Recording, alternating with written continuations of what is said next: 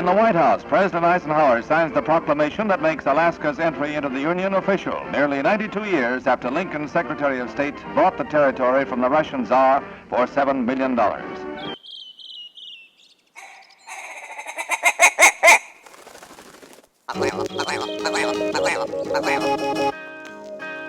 The Alaska Wild Project podcast is brought to you by the following sponsors. Barney's Sports Chalet, supplying hunters with the best hand-selected gear since 1963. The exclusive home of frontier gear built for the rugged Alaskan terrain. Your one-stop shop for all your outdoor needs. Visit Barney's today at 906 West Northern Lights. Big Rays, the Alaskan outfitter, committed to outfitting Alaskans across the state since 1947. Whether you're a recreator, parent, guide, or corporate buyer, Big Rays has the gear you need, tailored for Alaska's harsh conditions. Check out their new exclusive line of Auralic waders. Big Rays for all your outdoor gear and rugged work attire. BigRays.com. Tailored Restoration 24-hour emergency home services, helping Alaskans restore their dreams since 1972. Services include fire, water, mold, post-emergency cleaning, repair, and remodeling. Give them a call in Anchorage, Eagle River, Matsu, or Fairbanks. Hit them up at tailoredrestorationalaska.com. Total Truck and Alaska Overlander, Alaska's premier supplier for custom automotive accessories and overlanding products, providing all-inclusive rental vehicles and trailers custom outfitted to explore the Alaskan backcountry with a unique and convenient traveling experience. TheTreehouseAK.com, located at 341 Boniface Parkway, Alaska's own and grown cannabis and CBD store. Ask the bud tender what the strain of the day is to get your 10% off. The Treehouse, where the culture lives. AKO Farms, located in Sitka, Alaska, built from the ground up with concentrates as their single motivation, with exclusive products such as their sugar wax, full spectrum diamond sauce carts, and more. Ask your local bud tender about AKO. Marijuana has intoxicating effects and may be habit-forming and addictive. Marijuana impairs concentration, coordination, and judgment. Do not operate a vehicle or machinery under the influence. There are health risks associated with consumption of marijuana. For the use of only by adults 21 and older. Keep out of the reach of children, and marijuana should not be used by women who are pregnant or breastfeeding. The Bait Shack, located on Ship Creek upstream of the bridge. Can't miss the bright red shack. They are the go-to fishing gear rental and guide service on Ship Creek. Tight lines and fish on. Come hook into the action with them. Hit them up at thebaitshackak.com. Lawn Pro AK, Alaska's year-round professional property maintenance team. Services include weekly lawn care, custom landscaping, fertilizing, weed control, turf repair, and more. Schedule your free estimate at lawnproak.com. Alaska's OG cider company, Double Shovel, crafting gluten-free colonial-style ciders founded as a healthier, non-inflammatory brew option. Drop by their Pop and Tap room in Anchorage off of 58th and Arctic or visit the second location in Kodiak. Double Shovel, award-winning ciders. The Alaska chapter of Backcountry Hunters and Anglers. BHA is the voice of our Alaskan public lands, waters, and wildlife. Their goal is to uphold our hunting and fishing legacy while keeping our public lands wild. Stand up today and join BHA at backcountryhunters.org. One of my birthdays, we had an extreme party. So lots of Mountain Dew, lots of Doritos, lots of rollerblades, Did you have an extreme gulp cup like the mayor over there? I had straight up. I mean, yes, no fear, like all that. It was rocking. No fear like the shirt? Yeah, I have photos.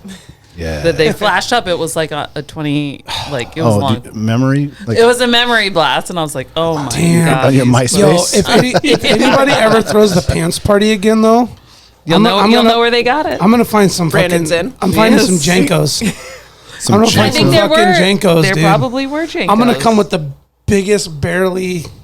But those are in style now, Oh though. my God. Are they back? Yeah, so I don't know Oh, if maybe not that's Janko not as cool. specifically, but the big baggy jeans are in. How about Jankos corduroy? are back? I don't know if that brand, but the big baggy pants are. How about the corduroy long shorts with the fucking Oh my God, this is so strap? funny. The corduroy long? You mean like the corduroy? like the overalls? Nice Overalls? Yeah, like overalls. Overalls came back for a little Very bit. nice. Yeah. The teenage girls are my wearing kid's them. wearing it. My daughter's wearing those. But they didn't know about the one strap. I had to show them. Yeah. That's One of the kids. I was like, that's not how you do it. You got to do the one Yeah, strap. the one off. homies was all chopped up too. Oh, like all the pants Yeah, are they ripped? were all ripped. I'm like, oh wow, they're ripping them too. Are you wearing ripped? Yeah, I am. Every time I wear these jeans, people are like, "Oh, are you poor? Do you need new pants?" She's No. like, Time Bomb lives forever. R.I.P. R.I.P. She gone. She gone. She gone? No, she's never gone. No, for real though, I do want the autographed fight shorts framed in the studio. So funny. Do you have a few of them, or you wore the same pair? I had a few I rotated through, like depending on sponsors and like Yeah. what the vibe was for that fight. What were some of the sponsors? Like an auto body shops, like a cleaner. It was you're like classy it on a body was shop fucking yeah, sponsor, it was for just sure. hustling. It's like whoever I could Was get it like to give me Ace money. Auto Body too? I mean, this was down in California. Oh, okay. Okay. But you had gotcha. some Alaska sponsors, didn't you? Not really. No. Nope. People weren't trying to support the Time Bomb. No, I mean, what am I going to support up here for? It was just, it was wild. What am I thinking? What's that crab boat? Time Bandit. Time Bandit. Yeah, that would have been the sponsor for you. Right. Classy. Yeah, the Time Bandit and the Time Bomb. Could have had after parties at the Salty Dogs. Salt- It's always parked out there. Mm-hmm. Yeah. Isn't that where they also, that's probably shut down though, but the stripper boat? Out of Was it- Homer. Yeah. I don't know if it's still running Dallas or to not. the stage. Yeah. There was a, wait, motorboats time out. over What? there. Alice! There was a stripper boat? Yeah. There was, yeah. And maybe still. Can you elaborate? No. That is the extent of our knowledge. There was a boat. It had strippers. Yeah, Kodiak Wow. stripper boat. Yeah, so I don't know if it was like anchored out, if you would like boat up to it, but that's like, Oh, that was like maybe a way to get around the legalities. oh yeah. Kind of like they could have be. the river, like gambling and on the Mississippi and shit. Sure. Like that. Okay. Yeah, I don't know if it stayed like in the harbor or not, but that was very much a thing.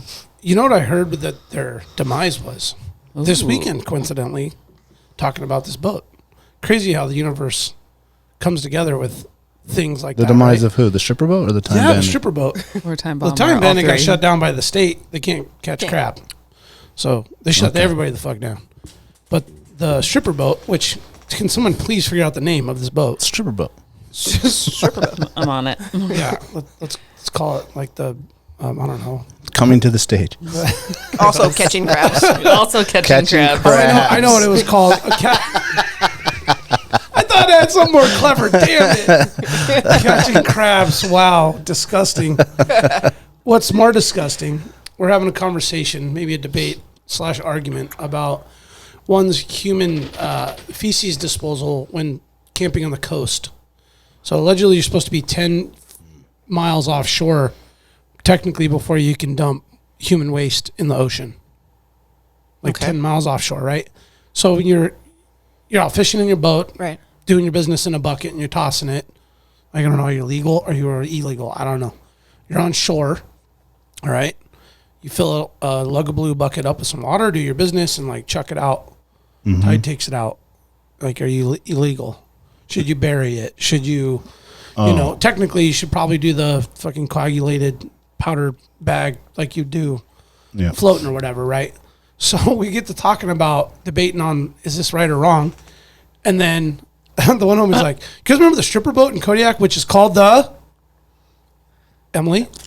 You got Catching nothing. crabs. Catching crabs, I mean, I'm on this article right now. It's like pure gold. So and then they get busted for dumping waste within the 10-mile zone.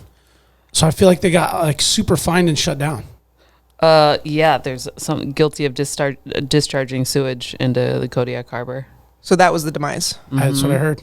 So shut them down. Wow. These girls are not prostitutes. They are professional dancers, and they need to be treated with respect. Hell We yeah. run a clean ship. This is not a sleazy operation. This is a first-class entertainment venue. So yeah, it was a 28-foot Mako sport boat with triple 250 horse shit. outboards. And like where they used to keep the pots, they just made a stage. And Wednesday through Sundays, Oh, starting shit. June 7th, for $30, patrons can catch a short ride to the Wild Alaskan. That's what it was called. The Wild Wild Alaska. And enjoy nude female entertainment. Soft drinks will be served, but no alcohol. Beyond the water taxi fee, there is no admission charge, although tips are welcome. Tip your Oh, there you bartender. go. So this just in, hot tip from So you're some intel that I got. Wild Alaskan was the name of the boat, so that came in. And let's just say the ops shut it down. The ops. Yep. The ops. Yeah. What's Darren Byler? Official. That's the guy who shut it down? Or that's the owner guy? Oh, Darren Byler. Darren Byler was the boat Smart captain, man. boat owner? Yep. Okay. Has there All been right. something like that All on right, the Kenai? Darren. Not that I'm aware of. Not yet. Not yet. They won't even let us open a coffee shop on the river, so Well, they just leveled Good Time Charlie's, so that's devastating. it is. I mean, is it though? I'm surprised I say people that are 'cause I coming wanna down. see it. You know what really messed it up and just fucking ended it? Is when they painted it that like baby shit yellow. I'm like, what the hell are you doing? I mean, it was already like a questionable establishment, and then you paint it that color. No one wants to go into a diarrhea. Well, the thing Building. is Charlie was like because I used to play soccer against them. Remember Good Time Charlie's Yeah. soccer team? And he always played on the team. He was like the manager, and he played forever. He was a little guy. Yeah. I don't know what he was like Vietnamese or he was Filipino or shit. I'm something I'm like like just that. putting this together. Yeah, remember? Funny. Yeah. Was he doing bicycle kicks? And nothing shit? against anyone from that area of the world, but they like to paint their houses yellow or green. Yeah. I'm not sure why. Because I live in Little Manila Yeah. in West Anchorage, and there's a few up. Your neighbor, when I was there the other day, I was like, Yeah. oh my God. the Sprite House, my kids call it.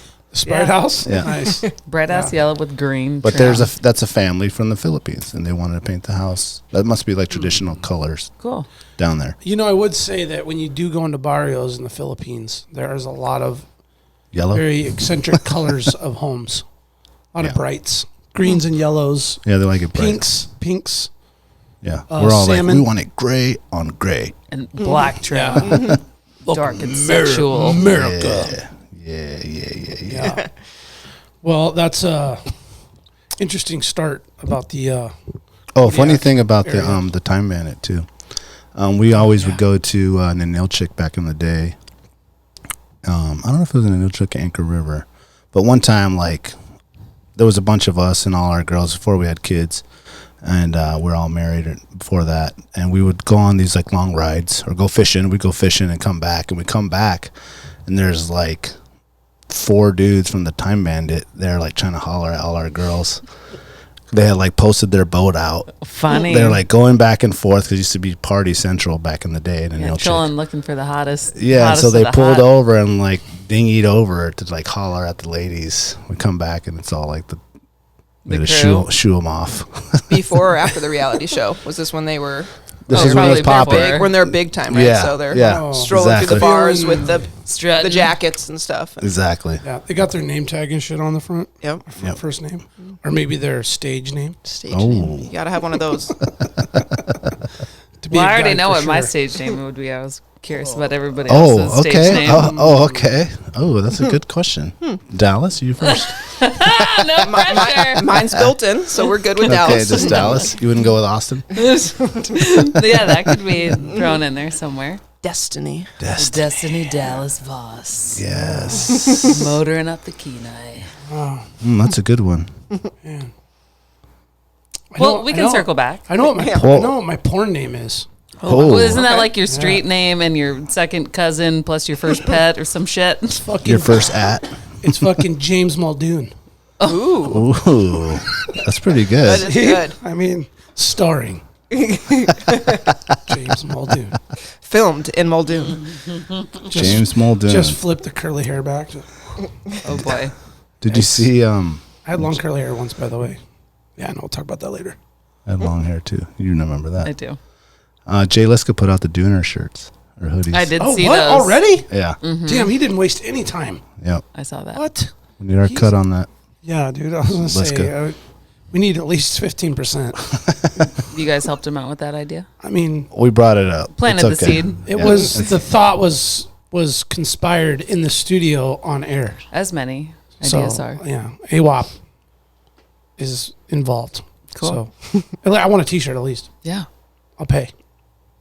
No, he made it, and he made it like black with like a bright orange, but like a And We're metallic. true Dooners. Yeah. So, You guys are. yeah, that's what I'm saying. Yeah. What's I, that? I share that with Piece. very rarely with people. That you're come from into the Muldoon. yeah, the Muldoon connection. Well, we don't want to. You want to. You know. What, man? What's wrong with Muldoon?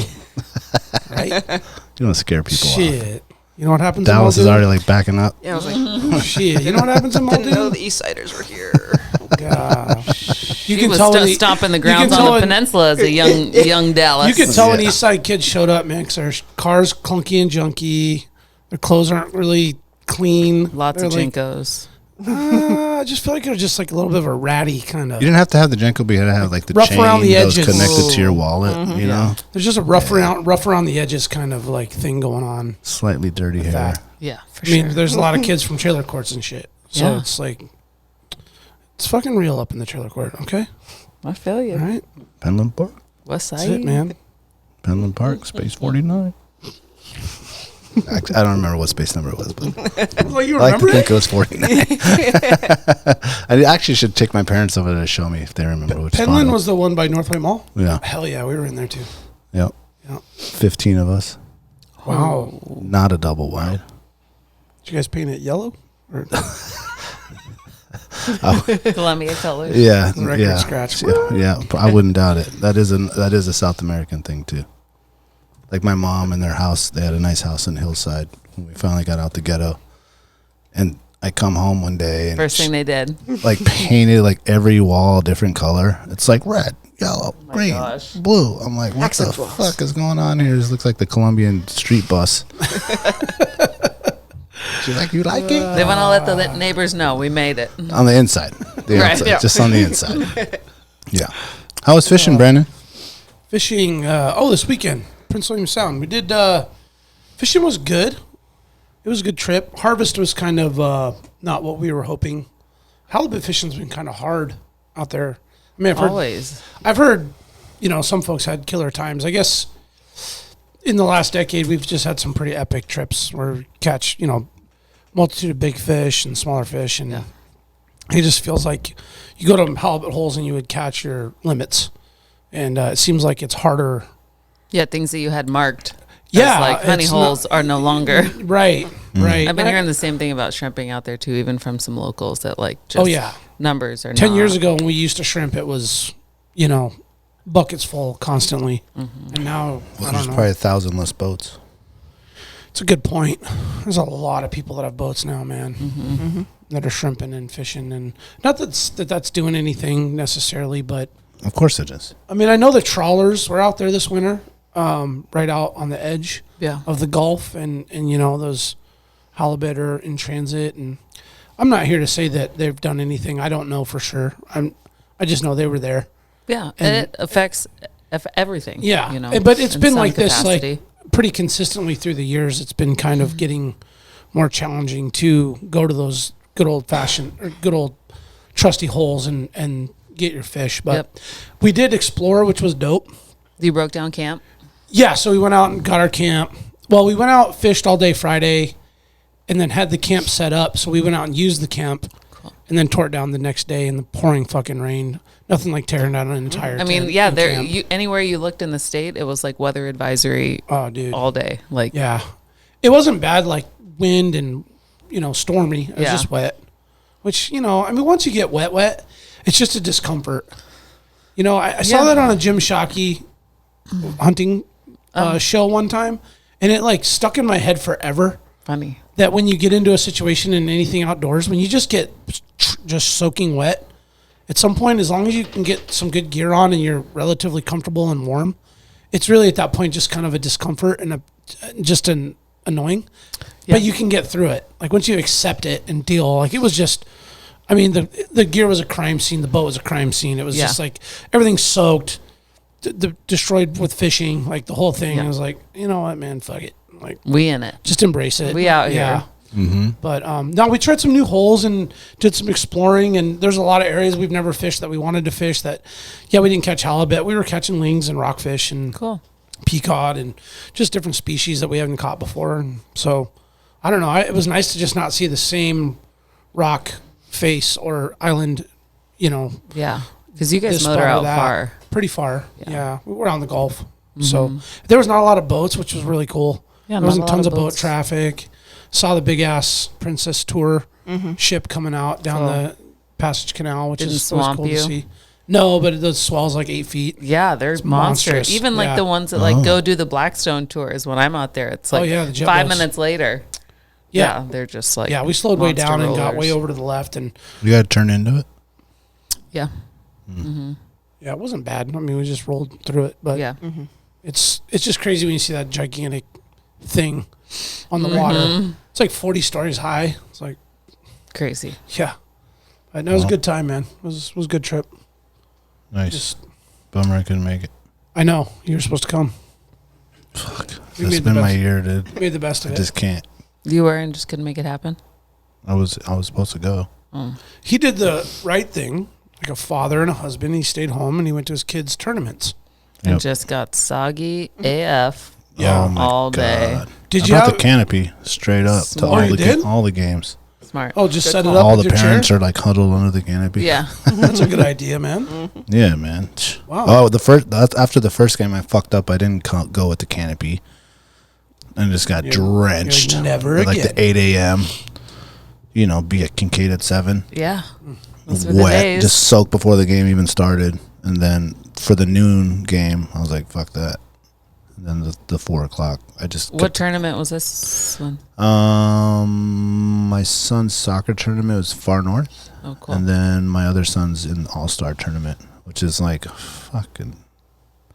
They got a game tonight. They got like how many games do you have to play in a tournament? I don't know. It's like a 3-week tournament. I was like, is this a season? Is this a season or Did is we this do a tournament? this type of thing? Yeah, like they don't even want to go now. The kids are like over it. Oy. It's like, can we go fishing? Yes. Yeah. Yes, we can. If you lose tonight, So no kids soccer. Check. Yeah. Cross that off. Yeah, right. Not signing them up for soccer. oh man, Yeah, dude. I'm You a got really kids, selfish Dallas? parent. I do a 4-year-old and a 2.5-year-old. Okay, Yeah. choose your So sports we're gonna- wisely. Yeah. Well, Choose your sports wisely. right. You have your dream of like, you want them to do the sports you did and doing that. What was your dream to have Blake be into at first? I mean, it doesn't sound like a dream, but track and field, because that's what I love doing. Oh, Yeah. cool. But husband is a wrestler, or was a wrestler. Okay.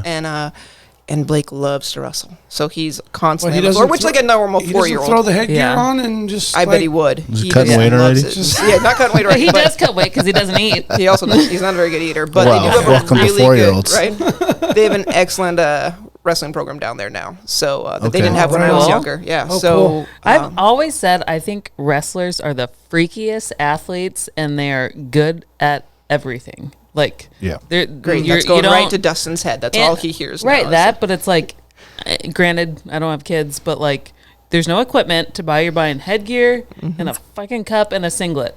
Like, maybe paying for tournaments or something, but like, I don't know. All the wrestlers that I know are good at everything. You know, I tried out for Wendler wrestling. Did you make the cuts? Well, it was me and Ryan Cropper, the That's where I homie start- that's where I Oh, started funny. who right owns this away. building. So we were like in 7th grade, and we're like, oh man, like we had just did elementary, and that's my homie. So we're like, oh, we gotta try out for something. We're like, all right, well, let's go to the wrestling trial. I was like, well, it's wrestling or hockey, and none of us did either. Either. So like, all right, let's go to wrestling, because I was thinking like, I don't have none of the shit. Like, I don't have skates or nothing. So we go to the wrestling tryout, and it's literally just like 3 hours of running. I mean, all we did the entire first day was run. Like, we didn't even wrestle. We didn't even get to like touch another dude or nothing. Oh, you're trying to touch dudes. That like, Yeah, that's all man. you want And to so after that, we're like, fuck that. Like, we're not doing that. And then they showed us like the gear that you had to wear. I was like, I ain't wearing that shit. I'm not wearing that. Look at my little skinny ass. I'm not gonna fit in that thing. He'll be swimming in it. Oh my god! So then the next day we tried out for hockey. Nice. And that was There's the your- end of there's your your wrestling sport. career. That was it. I was a wrestler for one day. And you never got to touch another bro. No. I did that shit for 3 days of a tryout, and I was like, Oh, you went 3 days? I made it almost all the way. It was 4 days, or was it 3 days? And I did 2. Tryouts are multiple days. Like, you don't just Yeah. do one day. Okay. So Day what one's running. What happened? Man, I didn't like. I was Touching like, dudes. well, no, I didn't mind the wrestling. I mean, I have a little brother, and we always had a lot of neighbor like kids around. Sure. We were like the flop house, so we were always wrestling and like roughhousing and grab assing all the time. So that wasn't Perfect. a problem. It just I didn't like the twisting of my joints. I didn't like my elbows and knees getting like twisted. Yeah. I was always worried like I was going to get hurt or injured or something. Like I just didn't like. Interesting. But then I played football, which is Right. Oh, no, I don't want to get hurt. I don't want to get hurt. And then Don't it was twist me, like- but you get fucking smashed. I guess I did something, from 7th grade to 9th grade, something shifted with that. Yeah. But I wasn't feeling it. Huh. I would say though, coming from a very selfish parent, admittedly, I purposely don't have my kids in summer sports because I don't want the commitment in the Alaskan summer of having to commit a weekend or whatever. And I'm not. And I'm But what does your daughter play? But no, look, hold on. I've got 2 kids in the sports. worst commitment of all. Which is a good point. There is something to that. Although it is in the wintertime, so it's kind of like the off season. All right, and there's trips which get you out of town. So there's some like benefits to it, which are kind of come at the most inopportune times, and you're like, I don't really have money for a fucking crazy ass hockey trip right now, but I'll just make it work. But and then my other one's playing basketball now. Now that is a good sport to get your kid in. Perfect. Because it's wintertime. The commitment's not nearly as much as far as the gear's like $125 for the whole season. Now there are camps and workouts during the summer, but you can pick and choose when you want to take your kids. So we've still had our daughter playing once a week all summer. So she's still getting it in and doing the practices, but it's not going to the field 3 days a week or whatever it is. And again, I'm not discouraging people to. Your kids want to play summer sports, let them play. Well, the thing is, too, is it's a lot of times the kid chooses. Right. Well, because me and my wife played soccer, and we're like, why don't the kids play soccer? So you put them in soccer when they're 2, 3, 4 because they don't have a choice. Yep. And then eventually they're like, well, I want to try baseball. Or, and I'm like, okay, I have no idea. Right. Now all of a sudden you're a baseball dad. Yeah, now I'm here fucking missing fish and going to baseball tournaments. But it's worth it. It's worth it. It's worth it. Well-rounded. Yeah. But baseball is short. It's only like a month and a half, but it's like they squeeze it in. They squeeze it in. Ramming them. Squeeze it in. I feel like they've done a good job of like scheduling the seasons and stuff around, not interfering so much with weekends though. I mean, yeah, most of the only when they do the tournaments are like most of the games, soccer too. Like most of the games are during the week, like Tuesday, Thursdays. But then you have the tournaments, and it gets a little out of control. But like an old Russian lady told me in Homer. Have I said this before? Have I told you this? I'm ready for it again. All right. Seems like it's new to me. So I play hockey as a grown man, and we have this tournament we go to in Homer. Grown man. Beer league or hockey? Beer league. Okay. Beer league. I mean, it's hockey. It's hockey. You know what I'm saying? There's some dangles going on. And so there's a one big good tournament. shift, There's the one good Ash shift. Cup. We go play the Ash Cup in Homer, which is super fun. And there's teams from all over the state that go play men's league. Yeah, my brother plays in it. Oh, he does? Pretty sure they won this year. Oh, Just throwing that out there. Her brother's oh, good. is he? He's little, but he's feisty. Okay, he must be in the upper one because we won the lower division. Oh yeah, he's the upper. Yeah. Is he Dairy Queen? Yeah, actually, I think that is the. I bet Yeah. so because Philip Ishii, who owns Dairy Queen, Yeah. would be the one who Yeah. would be running it. He'd Yeah. be on Dairy. Well, they used to have one, and we would always meet that Dairy Queen team in the end. And they would whoop our ass. They're so good. Like Yeah. that team is like. They We're just- like JV all stars. They just poach everybody from the peninsula, though, right? So they're just grabbing all That the team best is- for it's one, fun to one watch. solid They were team. probably all juniors players. And Oh, dude, Yeah. big time, dude. dude. That one kid, what'd you say, Eshi? Philip Ishii. Yeah, he's sick. Yeah, he's really I think sick. That whole team he was is sick. aces for a little bit. I think. Yeah, very briefly. And then he yeah. played like on some other ECHL. He played ECHL. Yeah. So anyway, so we're at the tournament, and as everyone, I mean not everyone, but people that live in Homer know, there's a big like old Russian community there, right? big time. And so I'm there, and there's a Russian team now. There's like 2 Russian teams because a lot of the dads and now the kids are older, so there's like 2 Russian teams, like strictly Russian. There's just Ovechkins everywhere. And so there's this mom, there's like this Beards grandma everywhere. out there, and I'm watching the game. And I start talking to the lady, and she's like, "Oh, that's my son," and "Yep, and that's my son," and "That's my son." Jesus, how many? And that's my son. And she's like, "Yeah, all my sons are out there, 7 of them." I was like, "Oh my God!" I was like, "How do you afford this? How do you afford to put them in hockey?" She's so expensive, and she's like, "Well, there's an old saying in Russia: Oh God. you pay for sports, or you pay for courts." And I was like, "Oh." She's like, you pay now or you pay later. Copy I'd that. rather I like pay it. now. Okay. Yeah. The old Russian saying. Yeah. That. Sports or courts. Or you pay for sports and courts? I mean, Hopefully you can do not. that. That's crazy. Hopefully That's a lot of not. kids. That's a good one. I mean, that is. I feel like if you're going to guide your child in the right direction, you know, organized sports traditionally is a great option for kids because it teaches so many life lessons. Yeah. Well, it's Yeah, cool now absolutely. too with a lot of the youth teams. Like there was a Soldotna baseball team we just played, and there was this a Kenai like soccer team. So the kids are coming from everywhere. There's Homer, there's Soldotna, obviously Fairbanks. Like typically when our age, it was like Fairbanks, maybe a Juneau team, Yeah. always like a Palmer team. But now there's teams from all over, Kenai and Soldotna, Homer, and just everywhere. There's there was even a Glen Allen. Oh my God. Like a Glen Allen team. If anything, Thundercats. the soccer community in the peninsula has taken off, and the hockey I've actually seen over my lifetime decline. It's actually gotten less Oh, involved. really? They have less youth teams down there, whereas soccer's improving, and they've just approved the new field house too, which will, Oh, nice. if anything, just bump soccer up even more. Why Yeah. do you think that? Why do you think that about hockey? I don't know. I mean, as far as numbers goes, just because my brother works for the city and he's, Yeah. verbally told me the Involved. numbers down, and he's involved in the community, the hockey community. But why they're not doing it, I don't know if it's just in ice time, ice bills, that type of stuff. That Oh my God. were obviously there. Those bills were there 20 years ago too. Yeah. But for some reason, That's a they're crime just not scene, getting the but- numbers anymore like they used to. Weird. You know what I think might have something to do with it is freaking comp hockey. Just being too much. Comp hockey is, I feel like, just even in the hockey community, in the market, or whatever you call it, in South Central, well, Kenai would be in South Central, but in Anchorage, and in Fairbanks, because there used to be a lot better hockey, I think, up there too. Like I remember being a kid in the 90s, mainly the 90s, I guess, and early 2000s. Before the 2000s. I'm trying to sound younger than I am. I just remember going to my buddies' hockey games and stuff, and they were good, solid players. And the comp kids were exceptional players. And it feels like everybody makes comp now.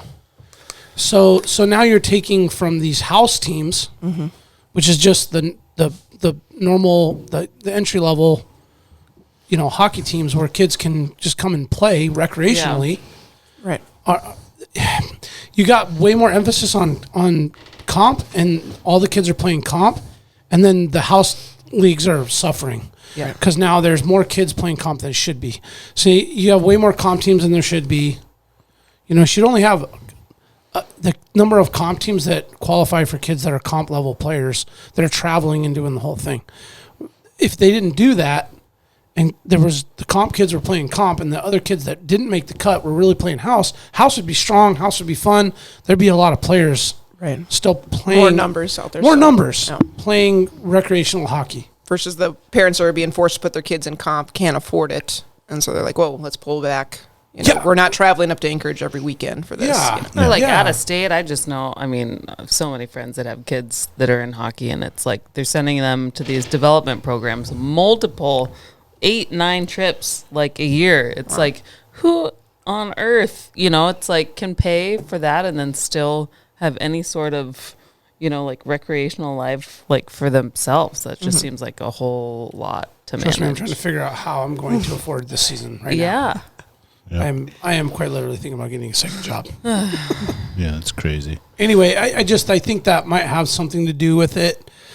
If the recreational hockey level was more popular, I think it would draw more kids to come play versus it's like you got to play comp. You get just as much out of rec as you do You out gotta of start. comp. You gotta start somewhere, You know what I mean? and everybody. The point is to you get wanna- the kids running and exercising and having fun and Yeah. learning how to lose and learning how to be around Yeah. other kids and you know, It's not just everybody's in families and parents. They want their kids to be on a comp team. yeah. Right.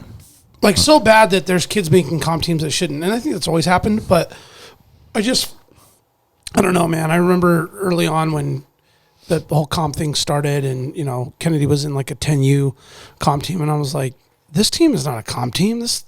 These are all just house kids, man. They should never have started a comp team. We would play house teams and get beat. Yeah. And I'm like, see, that's when I knew that there was a flawed system here. Like, this should just be another house team of kids that would compete with another group of kids that are same level. Instead, they're in a comp league just getting their asses annihilated by Kenai. We came to Kenai for the weekend and played the Kenai team 3 days in a row and just got smashed by the Kenai kids. Their house level? No, these were comp and comp. versus comp. But our team was not comp. Gotcha. The Kenai kids were comp, and they got just real comp. I Yeah. mean, beat 16-17 to nothing. Right. Yeah. Like, that is not. That's not. There's not fun level for those playing kids field. or either group. That's when I knew. Like, okay, there's a problem with this system, and it's all. Yeah. It's just unfortunately flawed, and maybe it'll flip around or change. Yeah. But Let's take a quick break and we'll get back to Dallas. do it. Dallas.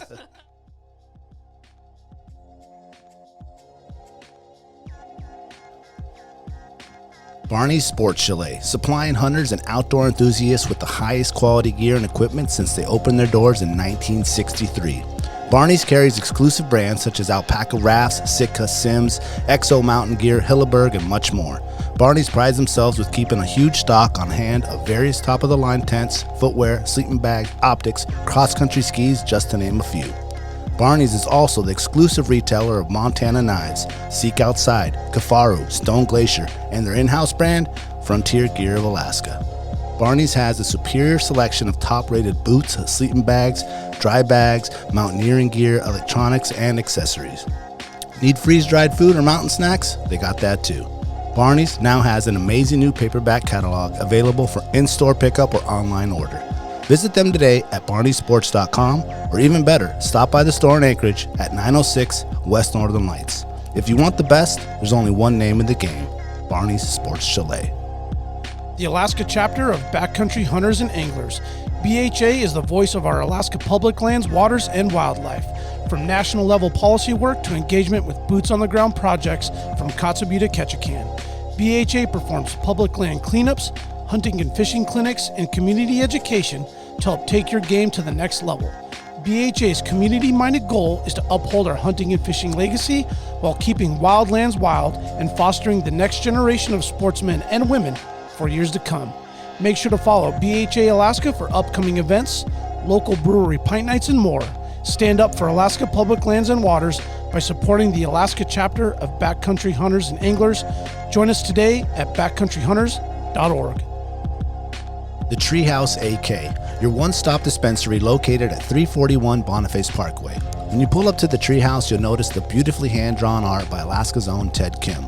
Once you get inside, you're going to see many of the same people that have been there since they opened. The bud tenders know you and what you like and what new product you should be checking out.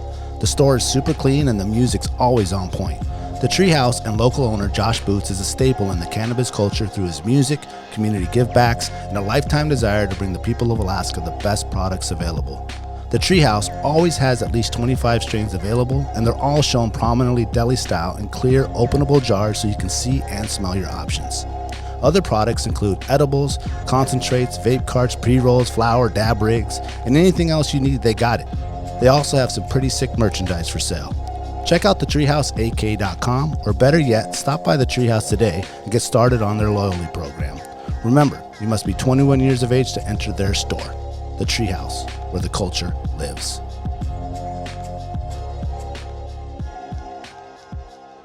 Oh yeah, all that. Emily got kicked off. They've gave me the boot before. On Raven Air? Why? That wasn't Because you're late? Oh, they gave your seat to somebody else. Yeah, I think she I was wasn't like- there the hour. I was there like 45 We'll do minutes or that. something, and they're like, nope, you can't do it. It was wild. I'm like, you're crazy. What do you think we are? So Kenai Aviation's nice. Yeah. Awesome flight, luxurious armrest, cup holders. Luxurious. Yeah, it just, I mean, for a small plane, it just felt very comfortable. It was That's really nice. nice. And like I said, same pricing as what you're going to find with the other two, and just really enjoyed it. So nice guy. Very laid back too, right? Didn't even check IDs. Was just like, yep, you're on this flight. Yep, cross off your name. You look like a Hop on Dallas. board. Yeah. Like the Dallas I met the other day. Yeah, sometimes when I've done that flight and if there's like nobody on it, you feel like you got your own PJ and you're just like, oh, can I ride up front? And then like we have our own little private lesson that's happened. It was a younger pilot, and he turned around, and there was another younger guy there with like a laptop like plugged into this, the plane somehow, and was doing something, and he like apologized. He's like, hey guys, just so you know, there's nothing wrong with the plane. I'm like, well, I wasn't thinking that, but now I am. Like, now are we midair and you're plugged in, I just assumed he was up here emailing or something, but now why are you warning us? So he's like, don't worry, everything's okay. I'm like, okay. I wasn't. Yeah. But no, it went really well. Just said nothing. Yeah, exactly. Like nobody here was thinking that. Now we are. Welcome to Alaska Wild Project, episode 127. Good number. A little late intro. Today we have Dallas Voss from Explore Kenai. Instagram is at Guiding the Kenai. The website is explorekenai.net. Thanks for coming in, Dallas. Yeah, I didn't get Thanks the for flying .com. in. Oh, thank you. Yeah, thanks for having me. You didn't go com? Yeah, I couldn't get it. Someone's got it, just holding out for me to pay for it. I was going to ask you about that. Yeah. Like, it seems more and more difficult these days to acquire whatever name for your business or your personal social. Yeah, they just go out and they buy all the good ones, and they're just waiting for someone to be like, "Oh, I would love that to be my business name." Is that what happens? And then they hold. They and hold then, on and then they go, "There, you want this 60,000?" Like, ooh, yeah, that's so not what happening. do they charge? What do they want for your ears? I had never even reached out. I just assumed it was out of my range at the time of setting it up. It's like I'm starting a brand new business. I'm going to be having a loss probably for the first 3 years. So I'm not buying a domain from you anytime soon. That was a really crazy hustle, like back in the day. Like you could just, like if you were really first on it, you could buy all these like big corporate websites. Yeah. You know what I'm saying? Like Coca-Cola.com or whatever. Right. Like companies that weren't really up on the game yet. And then you could charge them whatever they want. If they want it, That's wild. Yeah, that was crazy. Fucking robbery. Yeah. So Dallas, you grew up on the peninsula? I did. We technically wasn't born there. We moved up there when I was 3. Okay. But moved to Kenai. My dad was doing the 2-on 2-off to Halliburton up on the North Slope every 2 weeks. So, definitely an Alaskan, despite the not being born there. But grew up there, then I mean, was doing all the things. We were a big hockey family. All 3 of my siblings skated. I did not. Basically, why not? What would happen? I can literally pinpoint it to one instance where our family friends, they literally would put a full rink, probably like NHL size, in their backyard every winter. We're out there just skating around. I thought I was a part of the gang, and come in to warm up by the fire. My mom was like, maybe you stick to basketball. I was like, oh, am I not making the team? Okay, like, I thought we were having fun. Yeah, I was like, all right. So clearly, my skating ability isn't quite with my siblings, so they all went on to be pretty good players. And Dallas went to track and field. And I went to track and field and basketball. Dallas got cut. Yeah, I got cut from my own family. Cut from the Baldwins. And we're talking about photos of Emily from her fighting days with one of our family portraits. I don't know what was going on, but it's me in a chair in the middle holding a basketball. And everybody else is around me holding hockey sticks, looking really badass. And I'm like, there's my basketball. Just like, I'm a part of this family. Like, it's really This is my mom. This is my dad. These are my siblings. Where did got my basketball. Where did you guys live? Like Kenai? Yeah, we're in Kenai. Kenai. Yeah, what was the high school? Kenai High. Yeah. Kenai High. Right. Kenai. The Cardinals? The Cardinals with a K. Yeah, technically. Cardinals with a K? I didn't know that. Right? Yeah, technically Are they really? Yeah, Cardinals with a K. For Kenai? Like the Kenai thing? I would imagine that's why they went with the Cardinals. Yes. Yeah. They're all bloods out there. Yeah. That's fucking red till you die, dog. Cardinals with a K, yeah. We're currently living in the Soldotna area, and I'm like, well, my kids are gonna have to be driven into Kenai. We can't go to Sohi, so we'll have to do that. There's still that animosity, right? I'm sure There is like a legit Rivalry, right? there is and there isn't. Like I think 7 miles away. But yeah, it's close. But I think Kenai thinks there's a rivalry, and Soldotna might look at us like, yeah, you guys aren't even worth our time, type of thing. But to us, they're like our goal. You always had to beat Sohi, right? Isn't the Nikiski crew mixed in with the Kenai crew? Or are they their own separate? Sometimes like when I was in They're the school, like Muldooners. Yeah, they've been doing their thing on the outskirts. North Roaders. Oh, the North North Roaders. And they don't like being North? called that, so Shit. We're gonna see some shirts made now. The yeah, North Roaders. the North Roaders. Yeah, Meet but the Muldooners. sometimes like North programs Roaders and wouldn't. Nikiski. Yeah, programs wouldn't have enough. For like hockey when it was getting going. Sometimes the Nikiski kids could come join and play with the Kenai kids, stuff like that. There would be some overlap, but for the most part, they had their own thing going on out there on the North Road, and Yeah. we were So when the Kenai High and So High kids got together, was a wicked brawl around a bonfire, or was it actually just Yeah, I don't think it went a lot that of long. hype, but it never actually a lot went of shit that- talking. Yeah, I would Yeah. imagine it's typical high school stuff. It was just a lot of shit talking. Okay. I don't recall Okay. any brawls. Just but- bumping. Yeah. Shit, you Yeah. better get out. Yeah, I don't think this was the 1950s pulling a knife or anything. 7 miles that way.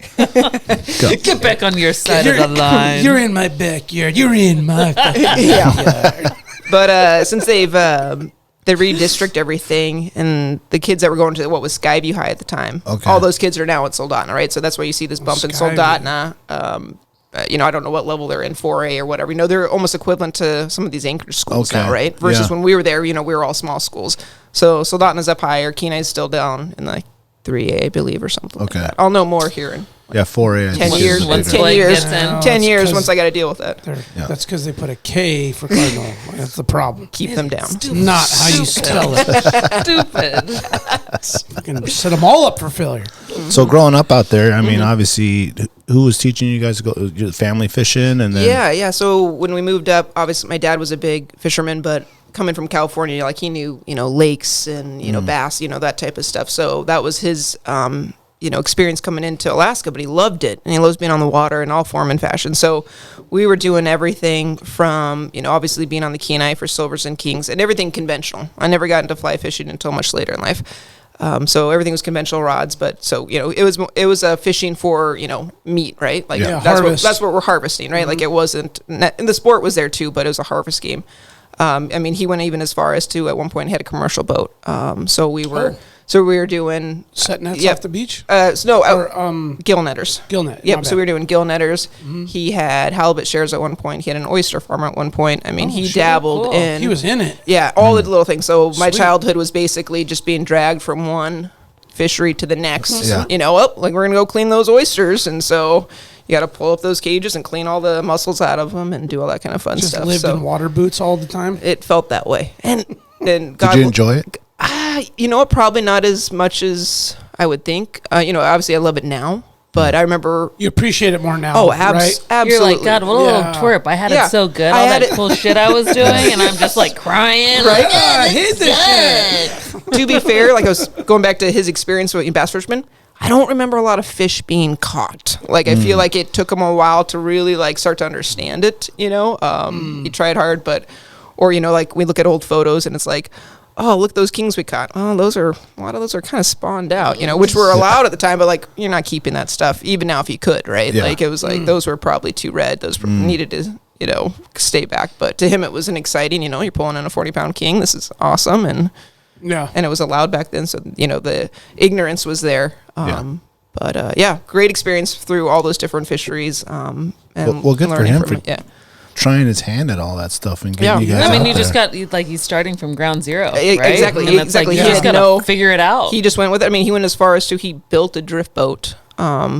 From plans that he got from a wooden boat, and he built Yeah. it out of aluminum. And Tell me, that's the boat? that's the boat. That's the boat I still have. Yeah, so it's pretty special to me. I don't guide out of it. Oh, okay. Anytime that we go fish out of this boat, people are like, oh my God. Like, they just want to know the details. Like, what is up with this boat? Custom made? Like, and it's really cool. Is there a picture on your? They're not one that you can really see anything. It's very unique. Like I said, it's not set up for guiding. Like you can't move around the way he did the bench seats, and some of the other features to it. You wouldn't be able to quickly access the clients and help them. But to me, it's just special, right? Yeah. It's nostalgic. Yeah, very special. It was something that he built probably when I was in middle school. And then it sat in storage for a long time until I circled back around and got back into fishing. So, You're like, wait, But it's what, we perfect, have yeah, this for still? when we go out and, you know. Yeah, it's perfect because right now we don't have a drift boat that we, like a normal, Willie 20-footer like everybody else has out there. We don't have that yet. And we might someday. So it'll be hard if we go and get one of those if we're going to get rid of. You no, know, no, you no, won't. no, you know. You won't. I know. Never get rid of stuff like that. Yeah, but then we got, gosh, there's so many boats in the yard you gotta already. You register got, the you got trailer. that's, with your new You got house. You maintenance, got the room. everything. Yeah, there's just piling That's up. right. That's right. So when you became like a teenager and you're trying to, did you feel like you wanted to leave Alaska and come back, or what happened? Absolutely, but I think it was also kind of encouraged, with my parents. I think it was always kind of known we weren't going to be staying in state for college, so it was kind of like, hey, you need to go experience other places. So I actually ended up in South Dakota for a year for school, and then in Massachusetts after that for 3 years.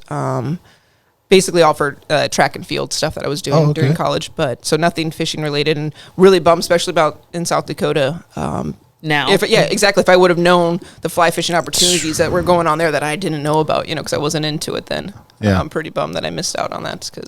So after you finished college, you decided to come back home, or those? Yeah, ended up doing an internship in California at Cal Poly State University, doing media relations for them in sports. Since I was already around the athletic department in college, just kind of was a natural way. I was a communications major, which Same. Yeah, It gets you into anything. It gets you somewhere, maybe. Big time shit right there. Yeah, right. So the internship then got me up to UAA. So then I did media relations at UAA for like 9 seasons. Working with. It's a long time. Yeah, it was fun, right? I mean, it was super fun. a lot of working with the UAA It's like hockey a decade, team. man. Yeah, it was a good time. And we had some good years in there. Before, UAA's had some struggles recently, but I kind of got out of there before that.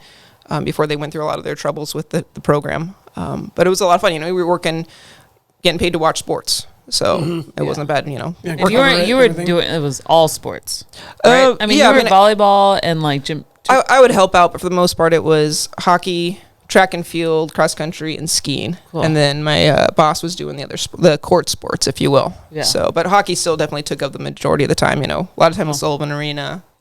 Sure. Got to travel with them a lot too, which was fun. Really? Yeah.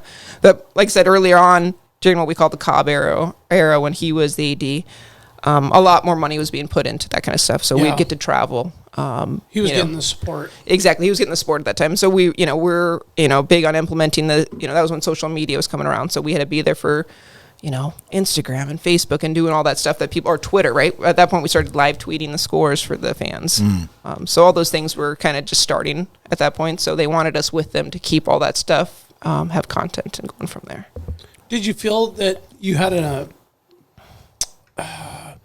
did you feel like you had like some longevity in that as far as a career? I did, until it was time that, the idea of wanting kids, right? Because, and there's a reason why that was a pretty male-dominated, and I'm not saying this is the only reason, but it is a male-dominated field for sure. And I think a lot of it could come down to the fact that, it is nights and weekends. So you go to have kids, right? Like they're in school during the day, and when they get out of school, you're at work, right? Like you're just not seeing. I think it may be a little bit more difficult in a traditional setting where if the the lady's at home, taking care of the kids, So it was one of those situations where to have kind of that normal, I don't want to say normal, but Traditional. Traditional yeah, lifestyle. a traditional lifestyle. Yeah. It probably wasn't going to work. And it just so happens that's when I met my husband. Was not long after that, and I was like, okay, well, he just took a job down in Kenai. It's like, gosh, I never thought I'd be coming back down to Kenai. Oh, wow. Yeah. Perfect. So he got in with the fire department down in Kenai. Oh, cool. And I was like, gosh, I didn't want to be there in my 20s. There wasn't much going on in my 20s there, but Yeah. I loved my childhood there. Looking back on it, we're riding 4-wheelers wherever we want. We're having bonfires on the beach. We're taking off into the woods, Shucking right behind our oysters. house. Exactly. Yeah, shucking oysters. So the idea of raising kids down there, that was a no-brainer. I want them to be able to go ride their bikes out in the streets. That. Yeah, I so- was sad. She was my neighbor in my duplex. I I was did. like, don't move away from me. Oh, was she? I was, Yeah. yes. That was great. Yeah, we Oh, shared a wow. backyard. No fence or anything. So Uh-huh. the dogs. We when she shared moved out. dog duties, and it was awesome. Oh man. It was really Nice. fun. Yeah. So you made the commitment to go back home. I did, yeah, and pretty happy with it. And then it was one of those things like, okay, well, we want to have kids, but I also wanted to be, at home as well. So it's like, okay, what can I do and only work, part of the year? And we were already spending at that point. I'd already been introduced to fly fishing, so I'm already on the river all the time. Emily was right there with me. She's learning. She got to experience learning to row a boat when I learned to boat. She got to experience learning to drive the powerboat. All these things that we were learning together, and it was like, okay, we're learning these things. Like, if we're gonna be on the river this much, maybe What can we do with it? We should make some money, right? Yeah. Learning from who? Well, all kinds of people. Mostly my husband for the Okay. rowing. Okay. Which Emily was like, that first day was fun. So It's not. It's a challenge. well, it's a challenge when it's your significant other, right? Yeah. Oh yeah. For some reason, I thought it would be a great idea to go with them. Like, Yeah. what an idiot. Yeah. Things can get a little contentious. So, I'd been on that upper river so many times with him, but he's always the one rowing or a buddy's rowing, right? And I'm just there having fun catching fish, right? So I'm not paying attention to this sweeper How he's or doing this and what bend and or why. anything. Yeah. So he's like, Or you know how what? he's turning and how he's Exactly. So he's like, you know what? backstroking. You're Reading the water. exactly. He's like, you're catching too many fish. You're not doing any work. This is going to change. So we picked a day in May when the trout are closed, and Emily's like, yeah, I want to learn how to row too. So we tag on there. So Emily gets on the oars, and he's so nice. Like, oh, now Emily, we want to point our bow over this way. so nice we want to point Emily. it, and Emily's just, oh, this is great. And then I get on there. Just getting your ass chewed the whole time. What are you Yeah. doing over there? What are you? Why would you? Oh, I don't know. Condescending ass. It And I'm just like, felt like I wanted to jump overboard. Oh no. Like, would another boat just come get me That's out of here? that's funny because I'm in that exact spot with Alexia right now. Yeah, you want your Where it's like, counterpart I was to like, like. you're gonna need an oar because I want to fish. Right. You know? Yeah. Or what if something happened to you? Exactly. And I told her that Yeah. too. And especially if we go do extended like Golcana, like I'm not oaring the whole Golcana. Hell Like someone no. else has to do that so I can Or fish. the boys, somebody has to give it back Yeah. and get on there, right? Yeah. There's definitely Everyone I should know think how to do it. People Right. people get pretty reliant on their spouse to take care of things, and it's like Ooh, it's so very true, Yeah. man. reliant on you to be able to know how to do both parts. Yeah. So No, I mean, it was a hard day, but after that, it was much better. And then since then, I've had other ladies that are wanting to row. They're like, "Can we go out with you? We really don't want to go with our husbands. We really we want to learn Yeah. from somebody else other than them." Like, I understand. Hell I- yeah. I got it. We'll go do a float because I don't want you going through that. I feel like Yeah. that's really, it's important to recognize that. Like, I don't want to go out and go teach my wife how to shoot a 40 or her 9mm.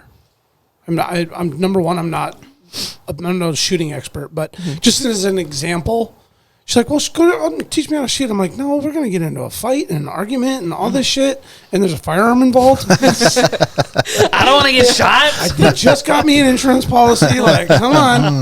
It's all adding up. Exactly. She got you an Okay, insurance man. policy. Like, what the fuck? Anyway, I'm just saying it just the voice, the mentorship needs to come from Right. a third party with no bias.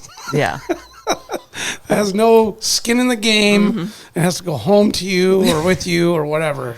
So it It's so- works out better that way. I bring this up all the time because it was so cool to be there for like the inception of this idea that Dallas had and to see how far she's come in such a short period of time from like not knowing how to get on the sticks, not wanting to take Is clients. that the verb? Is that I the mean, word? Yeah. Oh, yeah, on sticks. the Getting on the sticks. sticks? Get on the sticks. For Not sure. not wanting to take clients out in anything but a drift boat because she was nervous about the power boat, and now like just seeing her fucking crushing it on the Kenai, like people lined up to go fish with her. It's Yeah. just like I'm so proud, and it's so cool. And like every time we're on the river, I just have so much fun. Like regardless if we're catching fish or not, it just feels really good and empowering for us to like know that we're out here just fucking catching fish or not, but like still having a great time and turning heads regardless because it's like people aren't used to seeing a boat of just boat full all of women. ladies. All girls. Yeah. Like wait, but who's running that boat? Oh, we are. Yeah, we're running. we're the doing boat. that. What do you mean? Yeah, Oh, that's dudes cool. probably get all kinds of antsies in the pantsy seeing that. Well, either way, I'm like kudos to Dallas. Thank 'cause you. It's been really cool to like watch this vision that she had, like, and just see her Come to answering the fruition. phone like, "Explore Kenai, this is Dallas," and I'm like, "Oh Oh. my god, look at this bitch!" Yeah, switching to the power boat. Yeah, that was so. I guess getting a little ahead of myself. We have to do a week long at Guide Academy, which is more knowledge than anything, right? There is a test at the end, but for the most part, if you even halfway pay attention in class, you're going to pass. A certificate. Yeah, you get a certificate. You do. Wow. You get branded. Yeah, you get Tramp stamp. Kenai guide. Let's see your lower back. It has our boat number. She's got something else there Your boat already. number. It's got your boat number on your back. You were tied to that forever. So we go through that, and I was like, all right. So I've passed the guide academy. Now what? Like, I got to find someone who's going to hire me. Like, Do I guide? My God. So I just happened to reach out to a guy that my brother actually played hockey with growing up, and we kind of knew his family, and I knew his sister from basketball, and reached out to him like, hey, Corey, I passed the guide academy. Do you know anyone that would take on a very green what would be a first year guide, and also a female? He's like, well, I will. I was like, oh shit! I did not expect that. I kind of thought I'd have a few months to kind of like feel it out, Get see if my I feet really wet. want to do this. And so he Kind of just talking right now. I don't do anything. Really? He's like, yeah, I got a drift boat and you can run it. I was like, all right, yeah, okay, so let's do this. And so it was a great opportunity. He worked with and he worked with me knowing that I eventually wanted to have my own clients, my own business. So he let me start my business and actually book my own trips as well. So he's booking me clients, and then if I book one, I just let him know, hey, I booked, August 30th. I'm going to have that. He's great, and I pay him obviously commission for using the boat. But amazing to work with the knowledge that I gained from him. In the same time, my husband is working, he's working at the fire department down there, but he also was guiding part-time as well. They do the 48-96 schedule down there at Kenai. Different than the Anchorage. Right, different than the Kelly schedule. system that Anchorage is on, right? So 48-96. He works 48 hours on and then 96 off. So 2 days on, 4 days off. So Right. essentially he gets a Kelly every time he's off. Yeah. Yeah, so he works 2 days, 4 days off. So, just like up here, right, they can do trades. So all of a sudden you trade those 2 days and you've got 10 days off. So he'll do that through the summer, and he'll give himself 2 months off so can guide during that time, right? And obviously he's got to make up for it during the wintertime to make up for those trades. Yeah. But it's a lot easier to get the days off because he's not worrying about, Emily's got to get 3 days off or so to get her full stats versus the 2 that he's got to do. So he, mind you, is working for another company down there. Same thing, tons of knowledge, welcomes us right in, shows us the rope. And it's just really great to us. So we are both very fortunate to kind of be just, other companies take us in. One, knowing that we're taking this knowledge and we're going to be starting our own thing, which is really rare, right? For them knowing that that's going to happen and we're not going to be with them as long. So I think I worked for Do you think that's normal? Like as far as in that industry, in that part of Alaska? I think probably most people that are taking on employees or your younger guides are going to know that they're going to eventually go off on their own because you're obviously going to be making a ton more money when you're on your own than you are working for somebody else. But for them to let me be booking and stuff while working for them is, I would imagine, is pretty rare. And I just think about so many of the guys that come up to work for people that are staying here are from out of state, right? Like they're coming in, they're coming to work for the summer, and then they're leaving. Yeah, and they're probably looking for a mix of both, right? Like some that are coming in and then leaving, and then ones that are a little bit more permanent that they know, right? I don't know. Correct me if no. Corey actually, he at the time was saying, and I think he's still saying by, he only hires locals. Like he wants, Alaskans to be getting this job and their money to be staying and going into the community versus hiring someone from the States who's going to make all this money in the summertime, take off, and the economy is not going to, benefit from it. So, gotcha. So he was only hiring locals. Obviously knowing him ahead of time, I'm sure helped how generous he was to me. But worked for him for 4 years while building until we felt we had enough clientele and an understanding of the river to kind of go out on our own. Now when you're doing both the drift on the upper and then you're doing the middle too? No, that was when I was with Corey. So like I said, we don't have a drift boat yet that we can guide out of. Yeah, during that time with Corey, I was doing some trips up there. He doesn't have the special permit that you have to be up there, but we get our 3 each guy that doesn't have that permit up there gets 3 incidental days that you can book up there. So, we'd go up and do those. Yeah. But besides that, you can't be up there guiding. So that was just mostly fun fishing that we'd get to do up there, which, that section of river is special to most people, right? Yeah. There's something 100%. Special about that.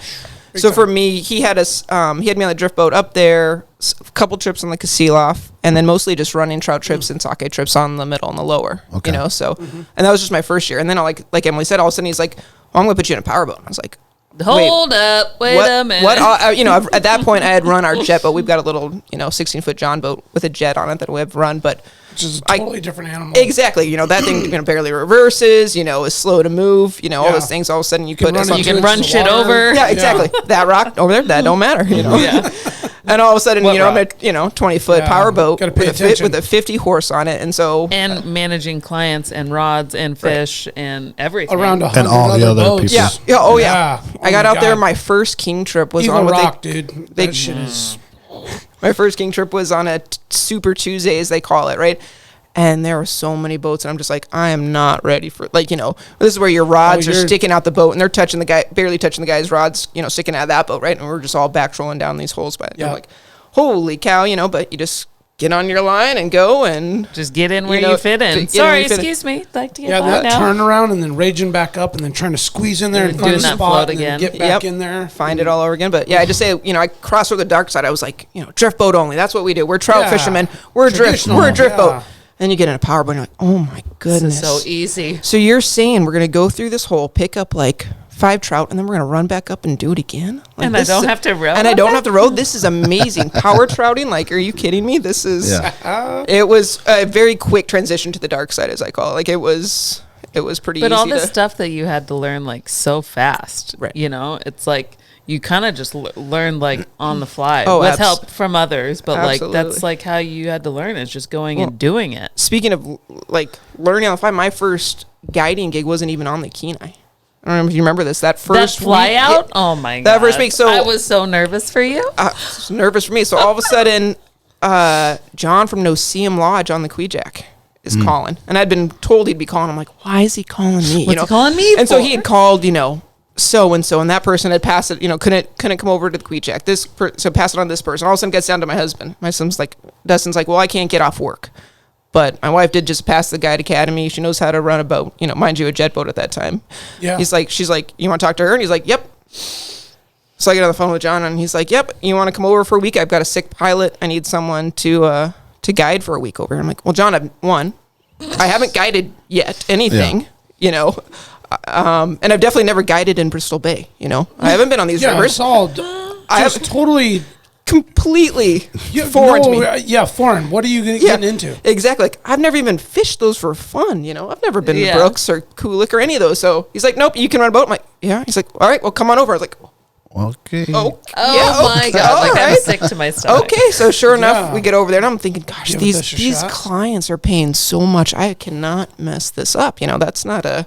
This isn't You're just getting no sleep. Dude. Right, yeah. Oh, yeah. Pressure. So I'm in my room, like, tying stuff up, and he walks by. What's going on? He's like, I'm just preparing. He's like, Dallas, he's like, just go talk to the guide that you're with tomorrow, right? Because the flyouts, usually have the 2 guides and the 4 clients, right? And they're going to drop you off on whichever river system. So it was you and another guide. It was me and another guide. So I'd go talk to whoever it was. I'm like, hey, we're going to the Brooks tomorrow.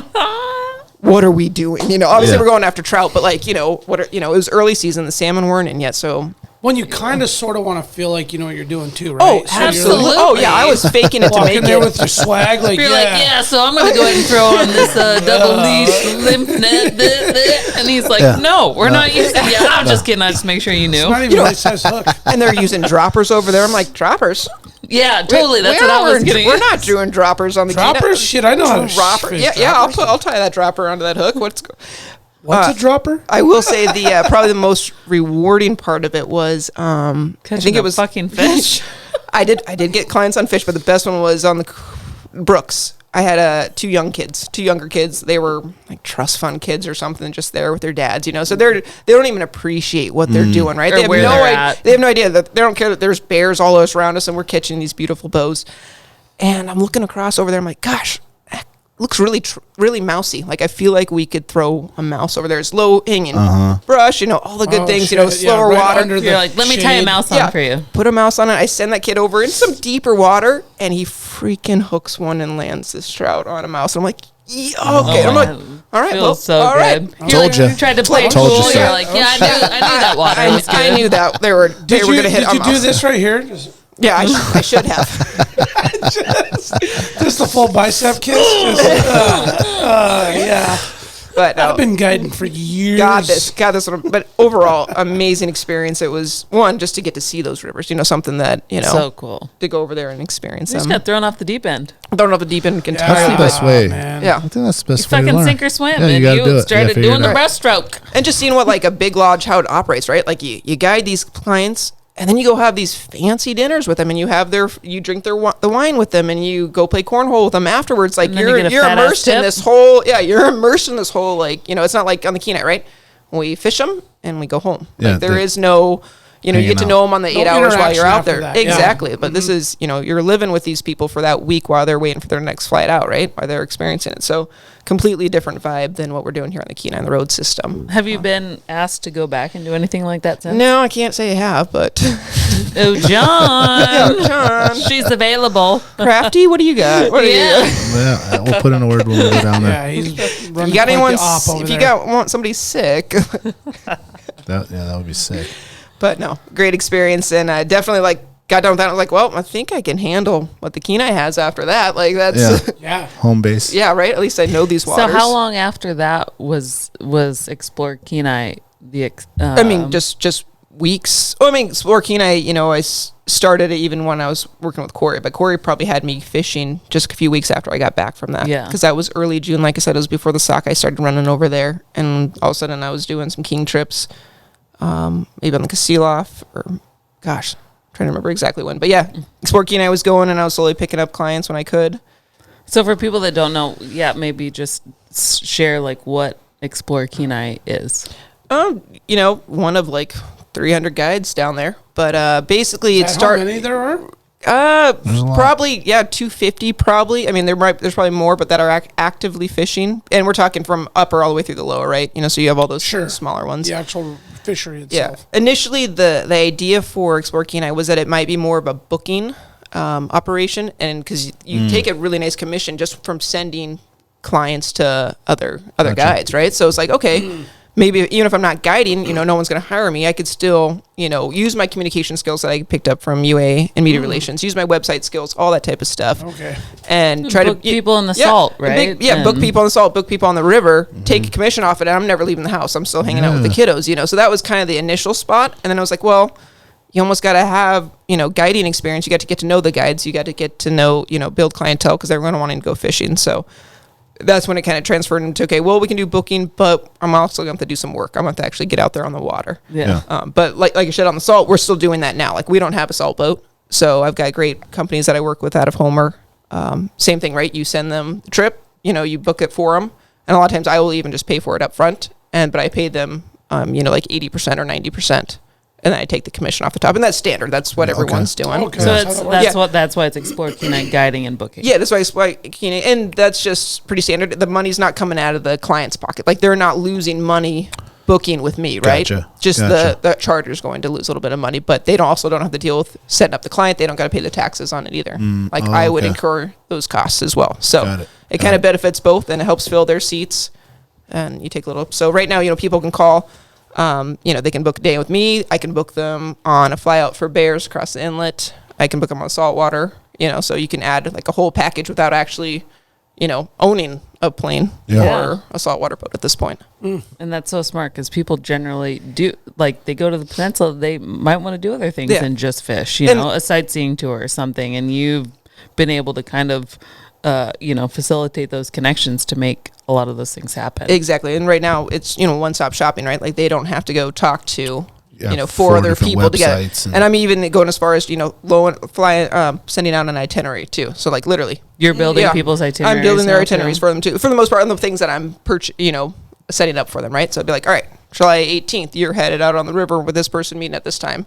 July 19th, you're driving to Homer, you're meeting this person at this time. So cool. That makes the it so idea- easy for people. Exactly. So just kind of adding a little bit more to try to get an edge on Yeah. the other 250 that are doing it. And that just other businesses are doing as well. And we're not the first one to invent the wheel here. But just giving us, one more selling point when someone calls us that, hey, why should I choose you guys?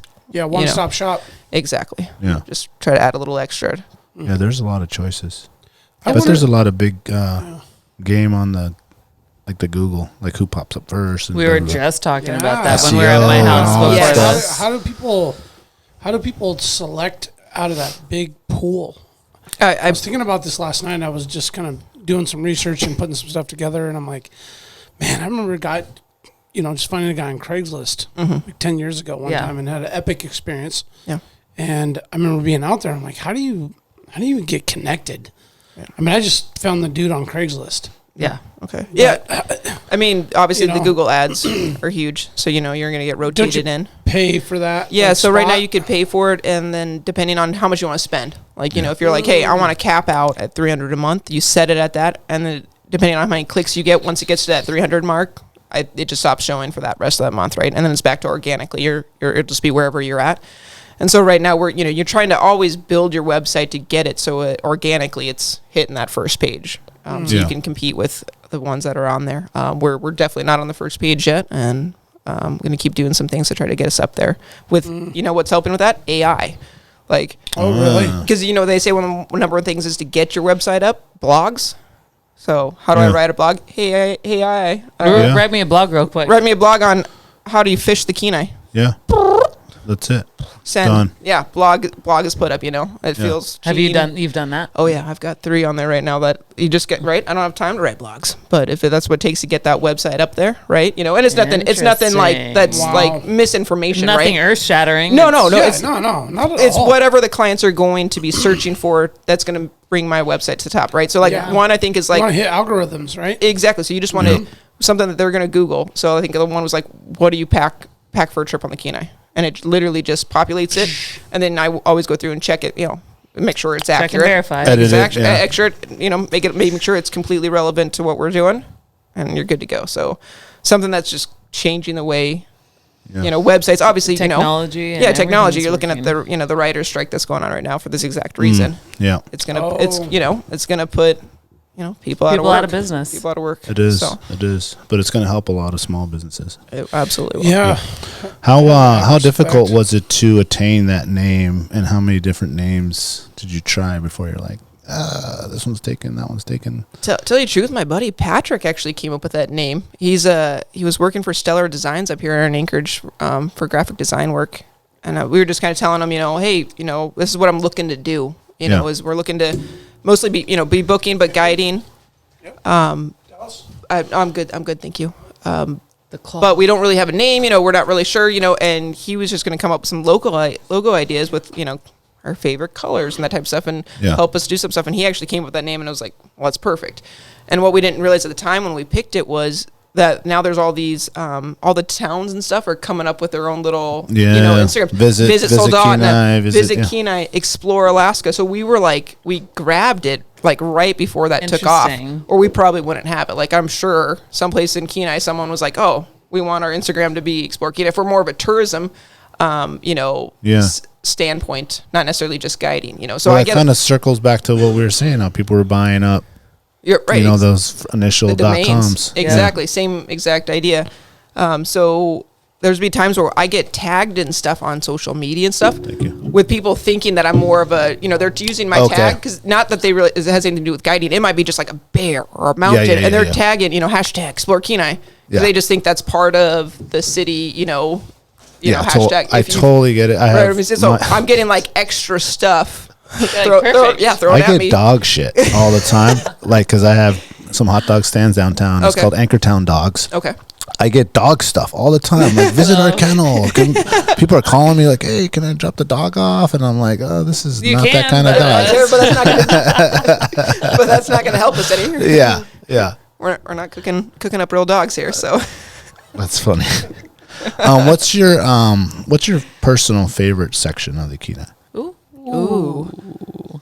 Gosh. I mean, again, there's always something special about that upper section float, right? Not having the motors, the houses around you. But I guess right now, just wanting to go after that big rainbow, the middle and the lower, even the lower, it's not at target as much because you think lower, you think, kings and silvers, right? Yeah. The bait fishermen down there. But we've picked up some nice trout down there. I've never fished for trout down there. Exactly. Not many people have. I'm a big upper guy. Well, I don't have a boat, a motorboat, so it's all rafts. Gotcha. Yeah. So, motorboat? Gosh, I guess so. The middle. Well, I motorboat, but did you have to do not that? on the Kenai. That's what you do. Okay. It's along with the vibe of the show. I think we started off with stripper boats. Yeah, right. We're staying on brand, okay? Yeah. Brando. Rude. Sorry. Yeah. Did you say a favorite? Probably the middle still. The middle? Yeah. Yeah, just being, you're still right. You're still removed Always from. getting But what about like a specific like? Like my Spot. favorite hole. Yeah, Wow, it's getting a little personal. Yeah, is I'm that sure like there's off many the other record? people's favorite hole. She's like Eagle Rock. Yeah. Do you know this rock? No one knows Yeah. about Eagle Rock at all. Sometimes it's under. Sometimes you just never. Gosh, Dallas I hole. guess That it one? would have to be Thompson's. the dunes. The dunes. Dunes. I was actually proposed to in the dunes. Oh, Yeah. So mid float.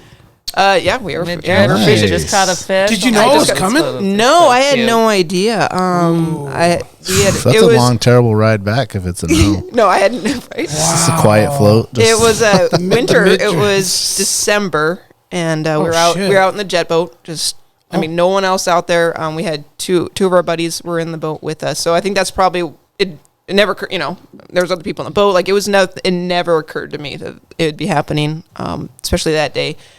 And we're going through these normal holes that we're always hitting, and I'm hitting fish. And my husband's staying on the motor, and I was like, okay, I'll keep fishing, hitting fish, and I can't land any of them. None of them are coming, Oh, getting to you're the net. getting them on I'm and- missing so many fish, and getting frustrated. And finally, we run back up to the dunes because I think we had launched at the lake, and I think we were just gonna go. I think we were running back straight to the lake after that. We weren't going down to Bings. I'm sure the ice shelf was all over Bings. We go back up in the dunes into the one channel, which we call obviously proposal channel now. That's definitely not the okay, name of it. And I finally, Careful, fellas. land a rainbow. Sorry. I la- Continue. Yeah. Anyways, I land a rainbow in the net. Dustin goes and he unhooks it, and then he's just holding on to my hook, and I'm getting frustrated. I'm starting to wanting to pull it out of his hand because I'm like, Dude, why are you hey, not letting what? go? I want to throw it back out and get All some like, more, she's right? over Yeah. here just like, And obviously not knowing that he's trying to put a ring on the hook, and turn around and propose and do all that jazz, right? So I'm sitting there going like, I'm like, Dustin, What the fuck? what are you doing? Oh, he You has know? like his back to you doing Yeah, it? and at this Okay. point, probably Tessa, the the girl marital on the dispute. boat that was with us, her and her husband that were joining us, has the camera on. She's trying to take, before that, she was trying to picture this little tiny rainbow. I'm like, I don't need a picture with this rainbow, like, what are you doing? Also, do I know after the fact? oh, She's it's trying to picture all for set the up. whole It's thing. all set Yeah. up. So, again, awesome Duped you. experience. But yeah, it was pretty let go of that hook. We got to finish this hole here, She's like, yeah, I'll marry you. Put the fucking ring on it. I gotta go. Get this out So here. he likes to tell a story because he's just frustrated. He's like, you have no idea. She could not land a fish that whole day. So he's like, this is not going to happen today. Oh, he's Like, it's waiting not- for you to land He the was fish waiting for for me to perfect land timing. it so he could do the whole Got hook on it, the ring got thing, right? So, internally, he was just as frustrated as you. He was like, would you please land a trout? He really was. He talks to me. He's like, I'm I just trying to don't think put I'm a going to be ring able to. on it. Yeah. Looking back now, was he acting weird? I don't think so. Very Not that mature. I mean, he's not, always weird, Not that I but- noticed, but let's be honest, I wasn't paying attention. I was Yeah. fishing. Like I'm Yeah. staring at an indicator cared the whole less time. about you. We're cold. It's wintertime. You're out there. But Lots of wiener jokes. So what is and an just indicator? waiting. bobber. I What's know an it is. indicator? I know what it Yeah, is. he knows I what it just- is. I know. I kind of laugh at the whole indicator. I know. Indicator The slash word bobber. indicator. I'm like, Yeah. The worst is when I'm Bobber. telling my clients, I'm like, okay, so you're gonna be watching that indicator, and they're like, huh? The bobber. Oh yeah. yeah, we the fish for bobber. bass. Yeah, the We bass bobber. fish. Yes. We're yes. crappie fishermen. The We bobber. don't do- I'm like, literally, don't look at the eagles. Don't look at anybody else. You're staring at that look at the orange or scenery. pink dot Yeah. for the next 8 hours. The second you take your eyes off, I swear, the fish know, and they take. wait, it's called a strike indicator. Right. There Or as you soon as you go. take your phone out and look at something else, that's when you get a hit. I'm always really bad about you about trying to eat a pointing out the sandwich? eagles. I'm like, oh, up here we've got an eagle's nest, an eagle. And they look, and then their indicator goes down. And I'm like, oh, dang, I told you guys not to look. Don't look. Gotcha. But It you was just a test. Don't look at the But you fucking just eagle. told me to look at the eagle. Well, you weren't catching you any lost fish, a so I fish. had to do something. You had to look at something. So what year officially did Explore Kenai launch? 17? Okay. Yeah. And been in you it a having while. some repeats? Yeah. Clients? Yeah, like, absolutely. We do. Gosh. Even as far as, I had a friend in Virginia or something like that. It was Andy Hayes from S Street. She sent me a picture. They're down there. I don't know where they were.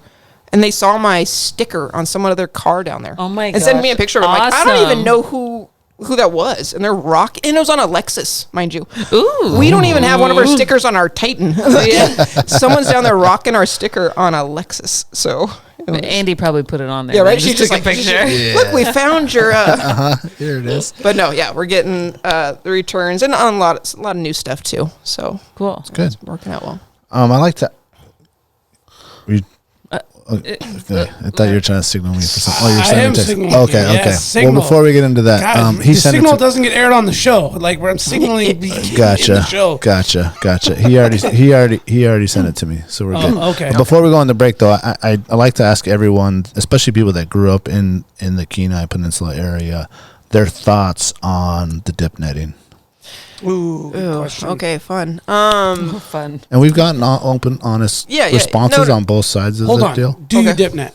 Not anymore. You used to dip net. We did Okay. it. Okay, So cool. again, that was another thing my Yeah. my parents had a hand in, right? I Mm-hmm. Yeah. mean, why not? You know, Yeah, you're it harvesting. was It's a harvest. it was a harvest. It was a mile from our house, you know, like down in there at the mouth of the Kenai. Like it was easy to go down there. Mm-hmm, You know, we sat on the beach. They, you know, went out to their chest You in the dip. water. You dipped from the beach. You never. yeah, from yeah, a boat? never.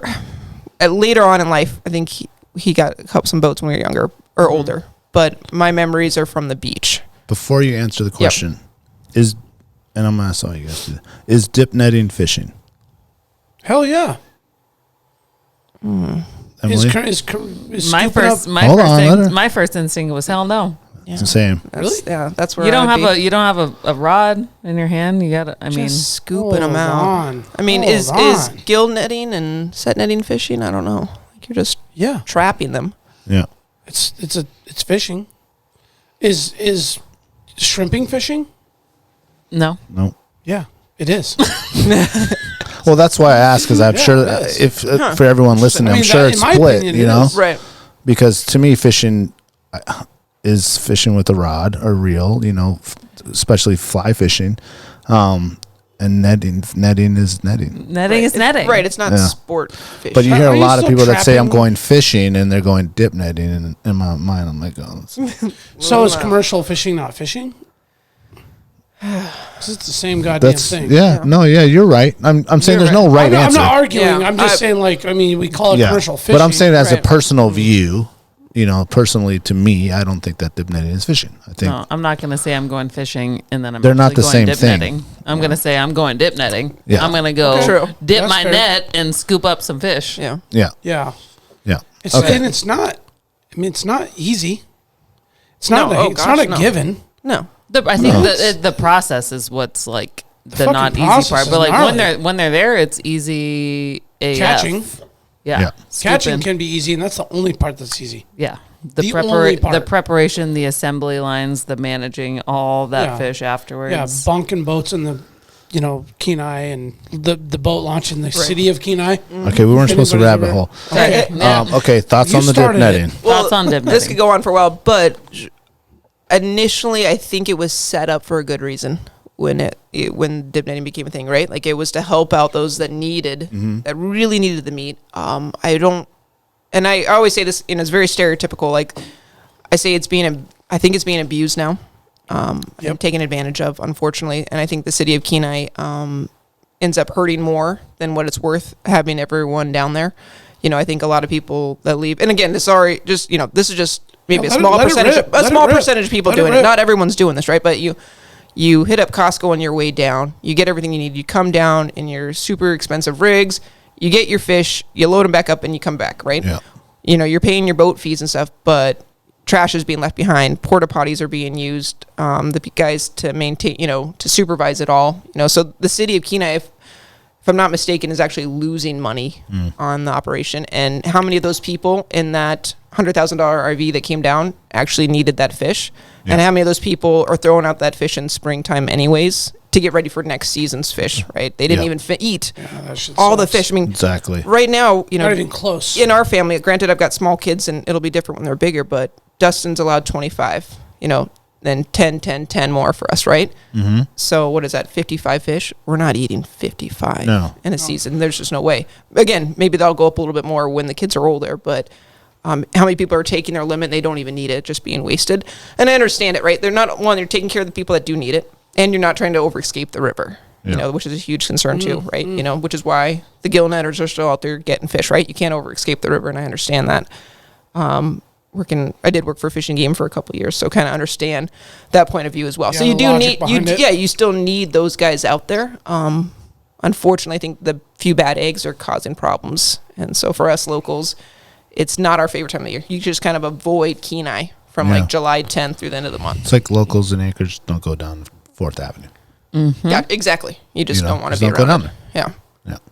pretty much. So Well, It's a thanks good for answering really honestly. Good answer. Yeah. Yeah. I would agree with you on it's definitely abused. right. I still think there's a lot of people that are harvesting salmon that they need and they want, exactly. and they do enjoy the fish. They do. Yeah, they use it correctly. There's plenty of that out there. They're following regulations. They're doing it the right way. They're making sure that they only take what they need. Yeah. But I can say, admittedly, I've been the guy that went out there. I don't want to say like a bad seed, but I was abusing the resource because I was harvesting more fish than I thought I needed. I was getting it because I had a limit and I could like get that limit, and I was going to do it. And then you pull your boat up on shore and your 55-gallon drums are full and there's fish up to your knees in the boat, and you're like, oh, photo, bam, we caught all these fish. And it was pure misery cleaning and processing all that fish. Totally sucked. Took away from the fun. Spent 2 days dealing with all the fish after that. Hated every minute of that. Bought freezers that I didn't actually need because I felt like I needed to store them just to give them away when I could, but then only eat half the fish, and I meant force feeding. Yeah. I mean, you can't eat salmon 4 days a week, 5 days a week. No. And I think mean, on you that can note, if you have to, but I mean, I was forcing it. Yeah. On that note, as just a tip, like just know what your family is going to consume over the winter. Yeah. And just catch that. Like we know realistically in my house, we eat one fillet a week. Okay. So we need, 20 salmon to go through the winter. Yeah. Whether it If be, that. 10 silvers or 10 reds or whatever. Mixed bag. Mixed bag. And so from that, what I'm saying, you find out what you need and just get that. Like you don't have to have 80 of them. no. Just to do what in spring. Like Yeah. even right now, now I still have I don't know, we didn't eat one every week. So I still have 8 or 10 left. And so this year I'm like, maybe I'll just get less. And again, and that comes back to people are taking their limit because that's what they're being told they can take. Yeah. So that's why is Fish and Game maybe not bringing that down? I'm not sure. Yeah. Well, it goes in line with a lot of things that we've mentioned lots of times on this podcast, like the kings and the clams and the crab and all that stuff. Sure, you can go get 1 million of them, but then And at some look point, what happens. Right. Yeah. Yeah. Right. Yeah. Yeah.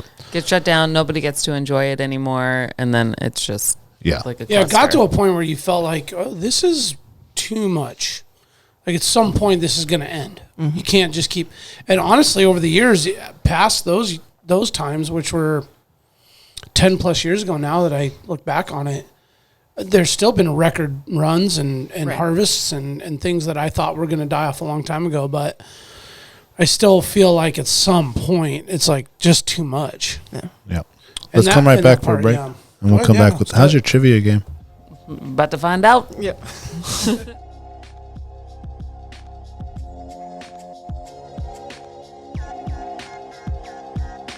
Big Ray's, the Alaskan outfitter, committed to outfitting Alaskans across the state since 1947. Whether you're a recreator, parent, guide, or corporate buyer, Big Ray's has the gear you need tailored for Alaska's harsh conditions. At Big Ray's, you'll find brands like Carhartt, Grundens, Darn Tough, FXD, Okiwear, and more. Big Ray's is your one-stop shop for both outdoor gear and rugged work attire. Check out their new exclusive line of durable but affordable waders, inspired by and named after the majestic Aralik River in remote western Alaska. The Aralik wader was designed by Alaskans and proven for the diverse waters of the last frontier. Visit Big Ray's at any of their 5 locations statewide, 2 in Anchorage, 2 in Fairbanks, 1 in Kodiak, or check them out online at bigrays.com. Tailored Restoration, helping Alaskans turn disasters into new beginnings since 1972. Their 24-hour services include fire, water, mold, post-emergency cleaning, and repairs. Tailored built its reputation with years of committed and reliable service to the community with innovative restoration and home remodeling. When you have an unexpected home issue at the most improbable time, Tailored has an emergency response number with trained professionals available to help you anytime, day or night. Tailored Restoration has locations to serve you in Anchorage, Eagle River, Matsu, or Fairbanks. Give them a call at 907-344-1239 or make an appointment today at tailoredrestorationalaska.com. Total Truck, Alaska's premier supplier for custom automotive accessories and overlander products. If you want to customize your vehicle, talk to the team at Total Truck, where you'll find their expertise along with top brands such as ARE, RSI Smart Caps, Goose Gear, iCamper, Frontrunner, Rigid Lights, Rhino Lining bed liners, and everything you need to outfit your truck or SUV. Want to turn your truck into a sleeping option? They have rooftop tents, custom camping equipment, electronics, and solar energy packages to keep you powered up deep in the backcountry. Stop by their store location on Dowling between the new and old Seward Highway, or check them out at TotalTruckAK.com.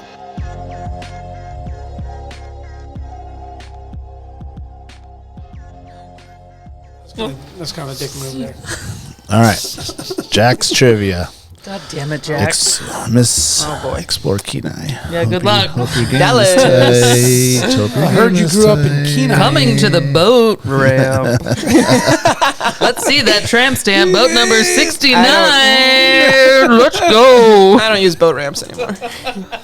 Oh, you Boat got, launch. you got the... We're in a private slough thanks to a good friend of ours. Yeah. We're in a private slough. Yeah, there is no... Those are there- really cool, though. Oh, my God. You have no idea. Damn. You're talking about... I mean, the I've gone on a convenience. dots, and that feels kind of like... I was into the tune. No. Private- We're talking private like they slippage. literally park there and they just walk right under my boat. My gear is on my boat. Get that music going, dog. Do you realize how easy it was to when I had newborns? Like that Oh, saved yeah. me Oh like my 2 God. extra hours of sleep having Yeah. my boat in the water. Ready to go. Like I just could ready to literally, go. I'm up all night, right? But I roll out and just can walk right on my boat, and that's my nice. gear is ready to go. Like it was so Money. helpful, so thankful for my 'Kay. friend. There are 4 different types of fly fishing flies. There's 4 main different types of flies to fly fish Dallas, you with. better crush this shit. Shit. This What is are nice. they? Nymphs, streamers, Damn, cranked it up. dry. Ooh.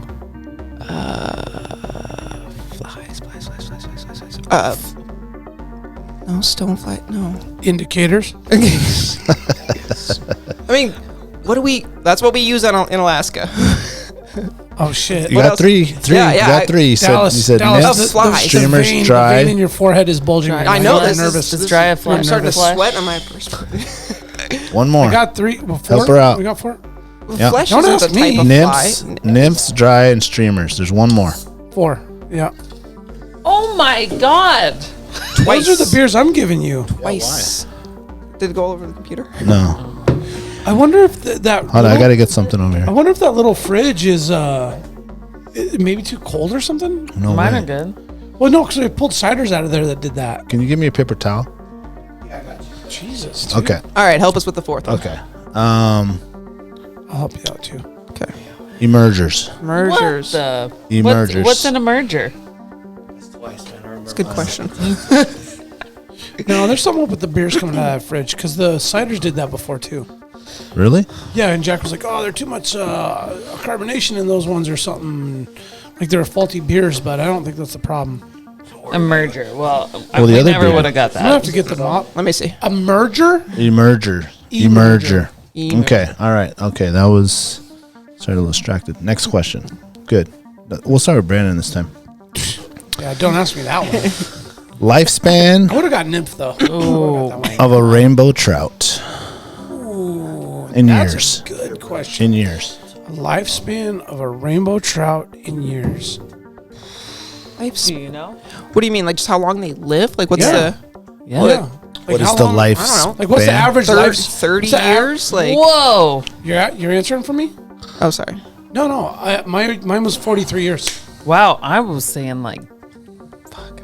I was going way low. I don't know. It's Like way lower 12. than that now that I think about it. But 43, I'm gonna go with it. I'll go 30. 30. 4 to 11. What? Oh, what man? Fuck. But I thought there was older ones. I thought so too. I thought there was old, like Gosh. gargantuan No ones. way. No, I feel like Jack's you're been pretty older than on that. No. No, he has. I was just thinking more like the whole, and this is not the same, but you can have like lings and yellow eyes and halibut that can be, freaking 70. Dang. Right? Like old fish. Well, some fish can be old and some not, I guess. Trout not. Okay, last question. For rainbows and steelhead, how many fertilized eggs are deposited in the red or nest? 250. Turn it up. 1,000. Yeah, it's probably 2,500. It's probably way higher. 200 to 8,000. Well, shit, we're all, that just doesn't make You guys are all right. That's my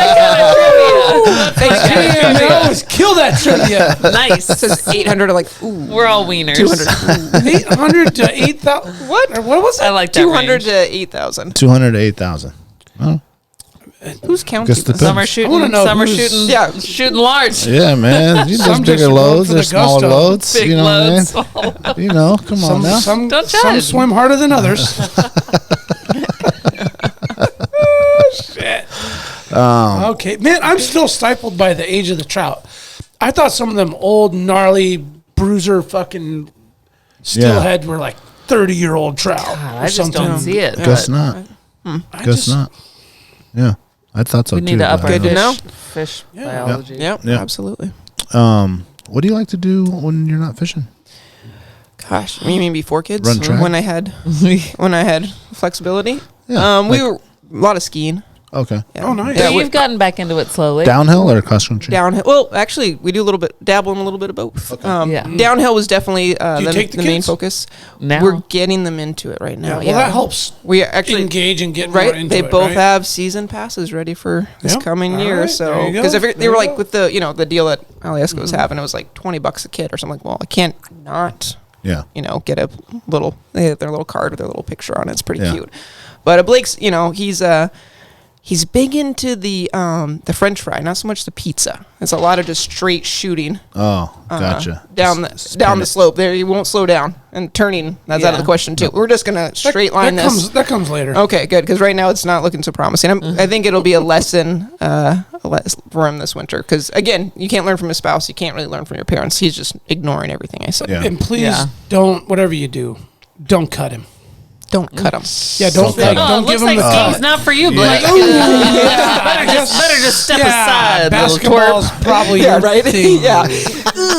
Yeah, you're doing okay. Please don't cut him. I'd Devastating. like to keep him. I Definitely. don't know if we keep can him all recover and be an epic guide. Okay. Yeah. What would you say is like the percentage of clients for your specific business or maybe in general that are from Alaska versus like outside?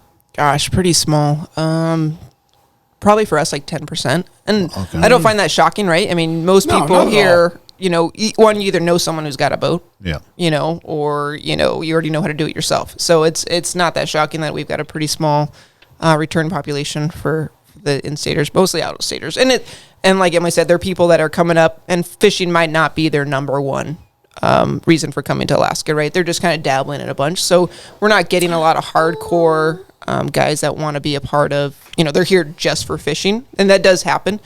But for us being on the road system and being more affordable than Bristol Bay, right? It's definitely a more affordable option than heading out west, right? Or it's during part of a trip where you're already going to Homer. Exactly. Or you're making your transition through South Central. Right. So a lot of our clients are like, hey, it's the passing world through. famous Kenai River. Why wouldn't we stop through here and try our hand at one of these salmon, or even, if we can talk them into trout, which is usually what I'm trying to do, right? That's what I love to do. So I'm trying to be like, okay, well, we could go after a king, but we probably won't catch one. But there's trout fishery over here. It's pretty impressive. So, don't you guys want to actually catch something, And so Yeah. definitely try to talk them into that, but a lot of, Versus the elbow to elbow. yeah, the meat run is what it is, but it you know what, to me it's not a bad thing to guide. You teach them, you put them out there, and then you get to just kind of sit back and just relax and net some fish, and it's a lot. It's renewable.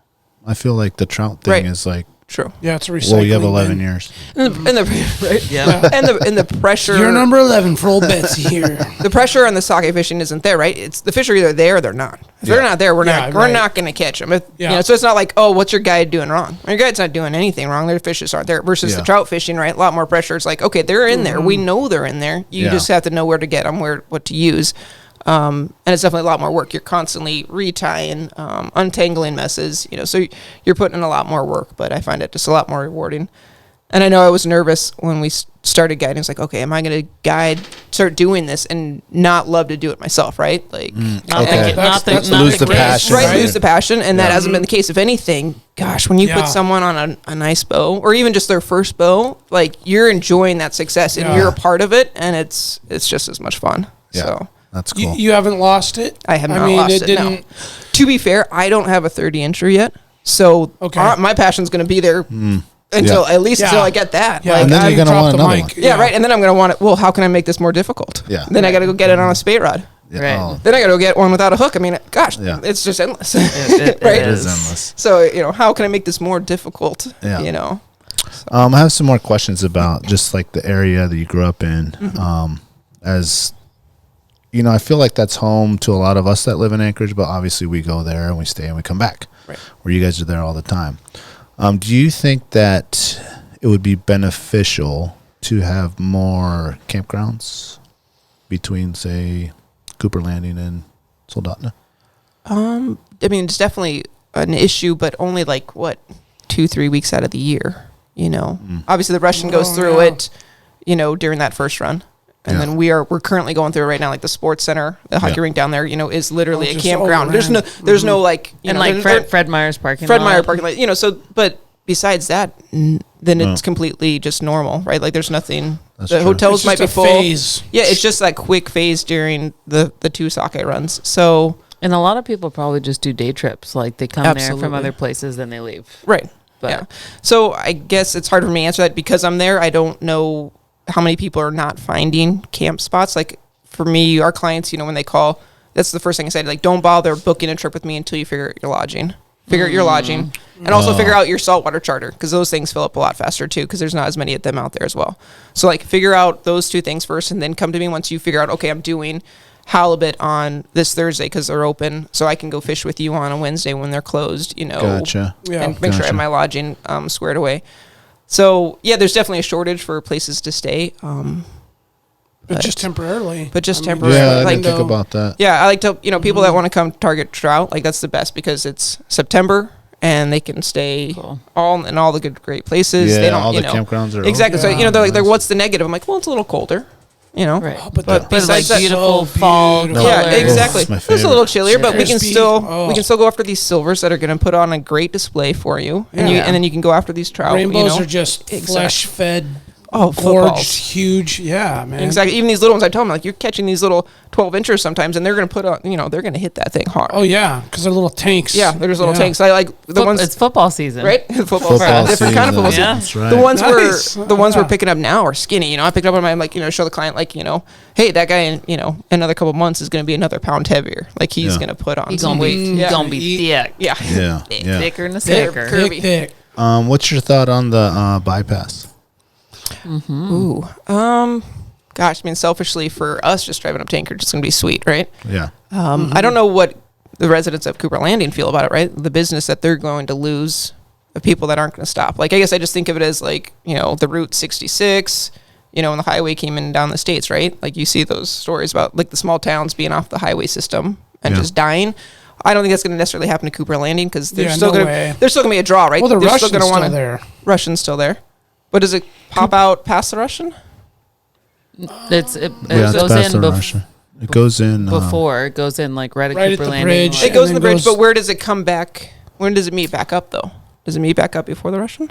I think it's after the Russian. I do After? think it's after too. I always had it dumping out. That'll like, always have a draw. I always had feel it dumping out like right at the ski lac, right before the ski lac. Okay. I think North so ski too. Gyms? lac. The gyms one? Yeah, right Okay. before gyms. Yep. Yeah. I guess it probably is. I don't is it a actually big- know where the bypass. Yeah, here we go. Dan's gonna pull it up. The tourists are probably still going to go there, so you're probably right. It's probably going to be okay. Like, 'cause they're still going to stop through there and want to get their they're fishing gonna stuff. still wanna- yeah. But us locals are going to just love it, right? You can just blast through. go through there, not have to stop and do the 35. But if I do want to pop in there and go get a corn dog at Wildman's, you have that option. I know it's there. Yep. Right? Yep. Okay, yeah, it's way past the Russian there. Okay. Yep. Cool.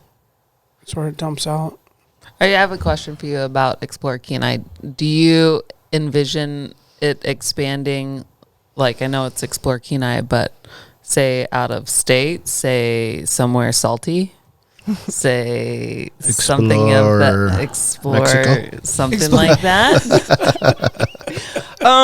Potentially, definitely talking about doing some hosted trips with some other organizations. Because you got a little taste of the salt bite. I didn't did, you, yes, recently? just like Emily.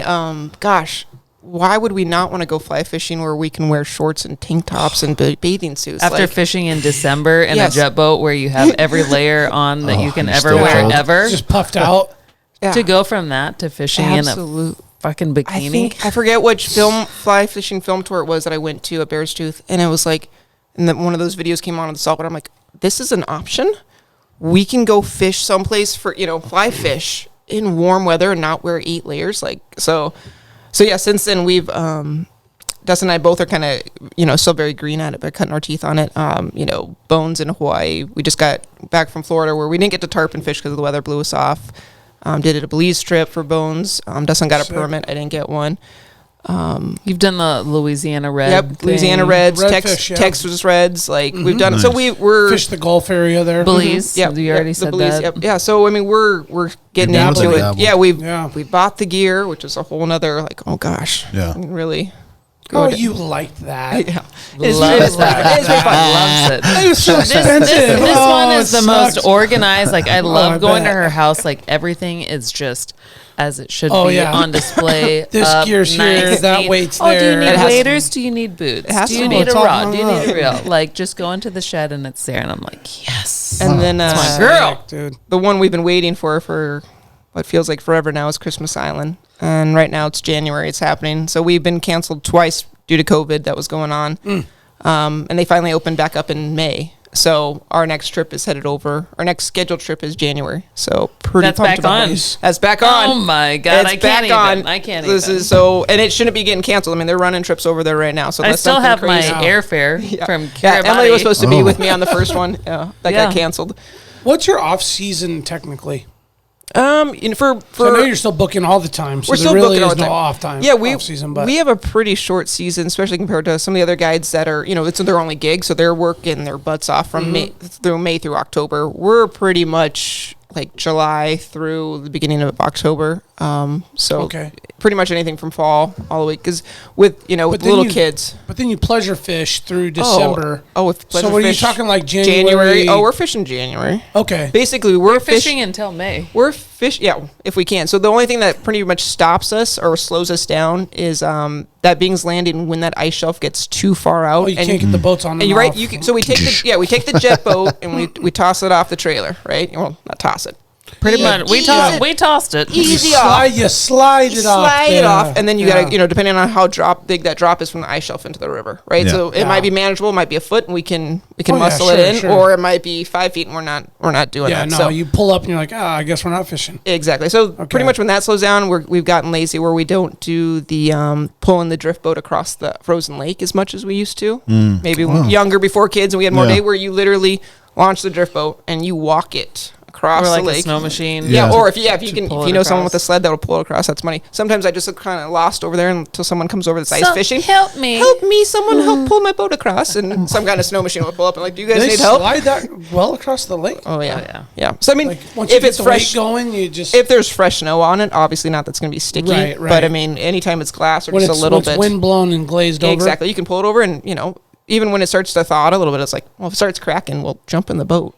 So Yeah. if you're the ice going to crack, you're holding on to a boat. So Yeah. Yeah, just I jump guess right that's in. A good You spot know. to be. if So, you're doing that. like I said, we've gotten a little lazy and we don't do that as often anymore, just because it takes more of the day. Plus, the takeout's a pain too. You get to Dots or Bings, and you gotta Yeah, that's brutal. brutal. Drag it up, get it, Yeah. and winch it on. Like it's just So Yeah. wait, Dots is still still a thing. Yeah. no, I know, but I meant like that late. It doesn't ice doesn't freeze out. Oh, past the it does. canal. That's what I mean. It's Yeah, a, so you're pull heaving it up and back drag it up down. on Heaving it the back ice on the and then shelf. walking it over to Dots, Yep.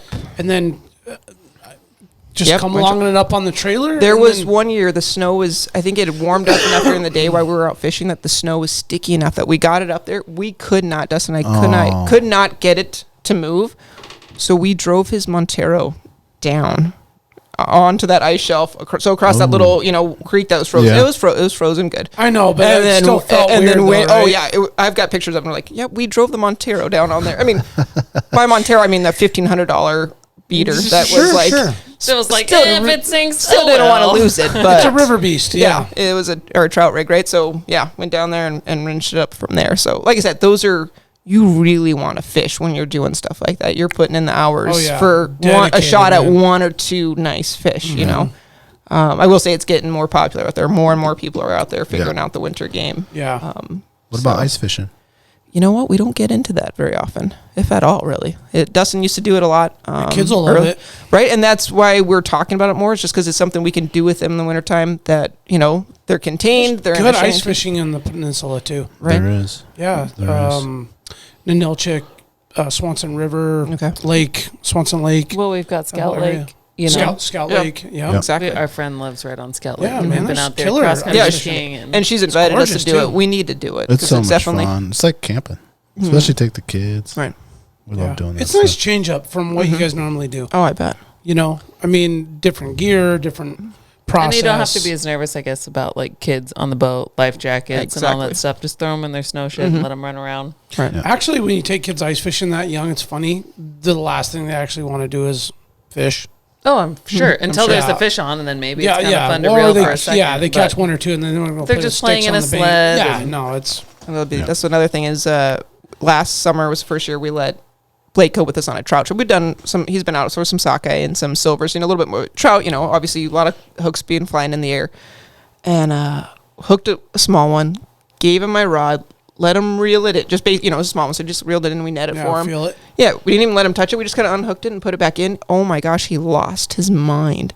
We didn't even think to explain catch and release to him. To him, Oh, that was he his. gets to keep the sockeye, right? So to him, fish come in the boat, we keep them. It's I a didn't even harvest. think to. Yeah, Yeah, you it's a don't harvest. do that. He just started bawling, my fish. I'm like, oh my gosh, we got to explain catch and release to this Yeah. 3-year-old. Yeah, at least let him Yeah, hold it and get right. his picture. or do He something. had- Probably would have been like, "Ah." Yeah, he He's had. taking this thing. It was like, wow, mom and dad fail right there. We totally just completely blew that. We're like, okay, we need to talk to him. So since Just then, an incredible high to just a yeah. So since then, full we've been tank. like, every time we talk about going fishing, we're like, okay, do we keep the rainbow trout?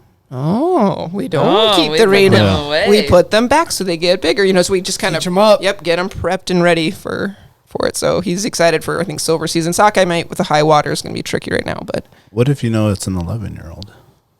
what if I know it's? And it's Oh. going to die.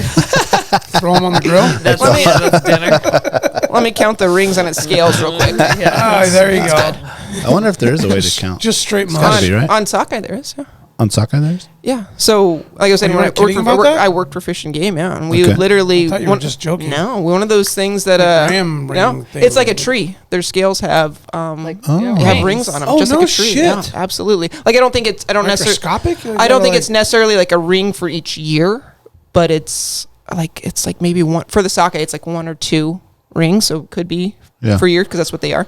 But yeah, one of my jobs was I was on the catch and escapement crew for a couple summers when I was coming back from college. And basically what we'd do is we're the sockeye wheels on the Kenai and it's scooping up the fish and putting it into live. Well, we'd go over there, you take the live fish out, you wrestle them down onto a board, you take a scale sample, measure the length, record the sex of it, and then put it back. And that scale's going back just literally to part of the data to tell them how old of it was, right? Yeah. And that's also how you're getting your sockeye number too, right? So let's say in that fish well is 100 fish, 70% sockeye, 20% pinks, and maybe 10% trout, dollies, whatever, right? And then they have their sonar count that's going. They can't tell you what species is crossing the sonar, right? So that's how they're getting their percentage. Like, okay, we had 50,000 fish come up that day, and in the box was 70% sockeye. Gotcha. Oh. So there's our okay. 70% of that 50,000 that came up, right? And that's Gotcha. how you're getting your counts. Ah. Is what those live wells are for. So it's kind of two-purpose, right? It's helping you determine the run, while Yeah. also collecting information on what's else out mixed there. in there? Yeah. That's how that's done. Yep. Yeah, cool. Oh, okay. My last question Always wondered is, that. how did you Yeah. score the Pendleton sponsor? Question of the hour. Yeah, Pendleton. Yeah, we look like NASCAR out there with all our logos on it now. It's like, how many more logos can we add to our boat? No. Like 30. Yeah.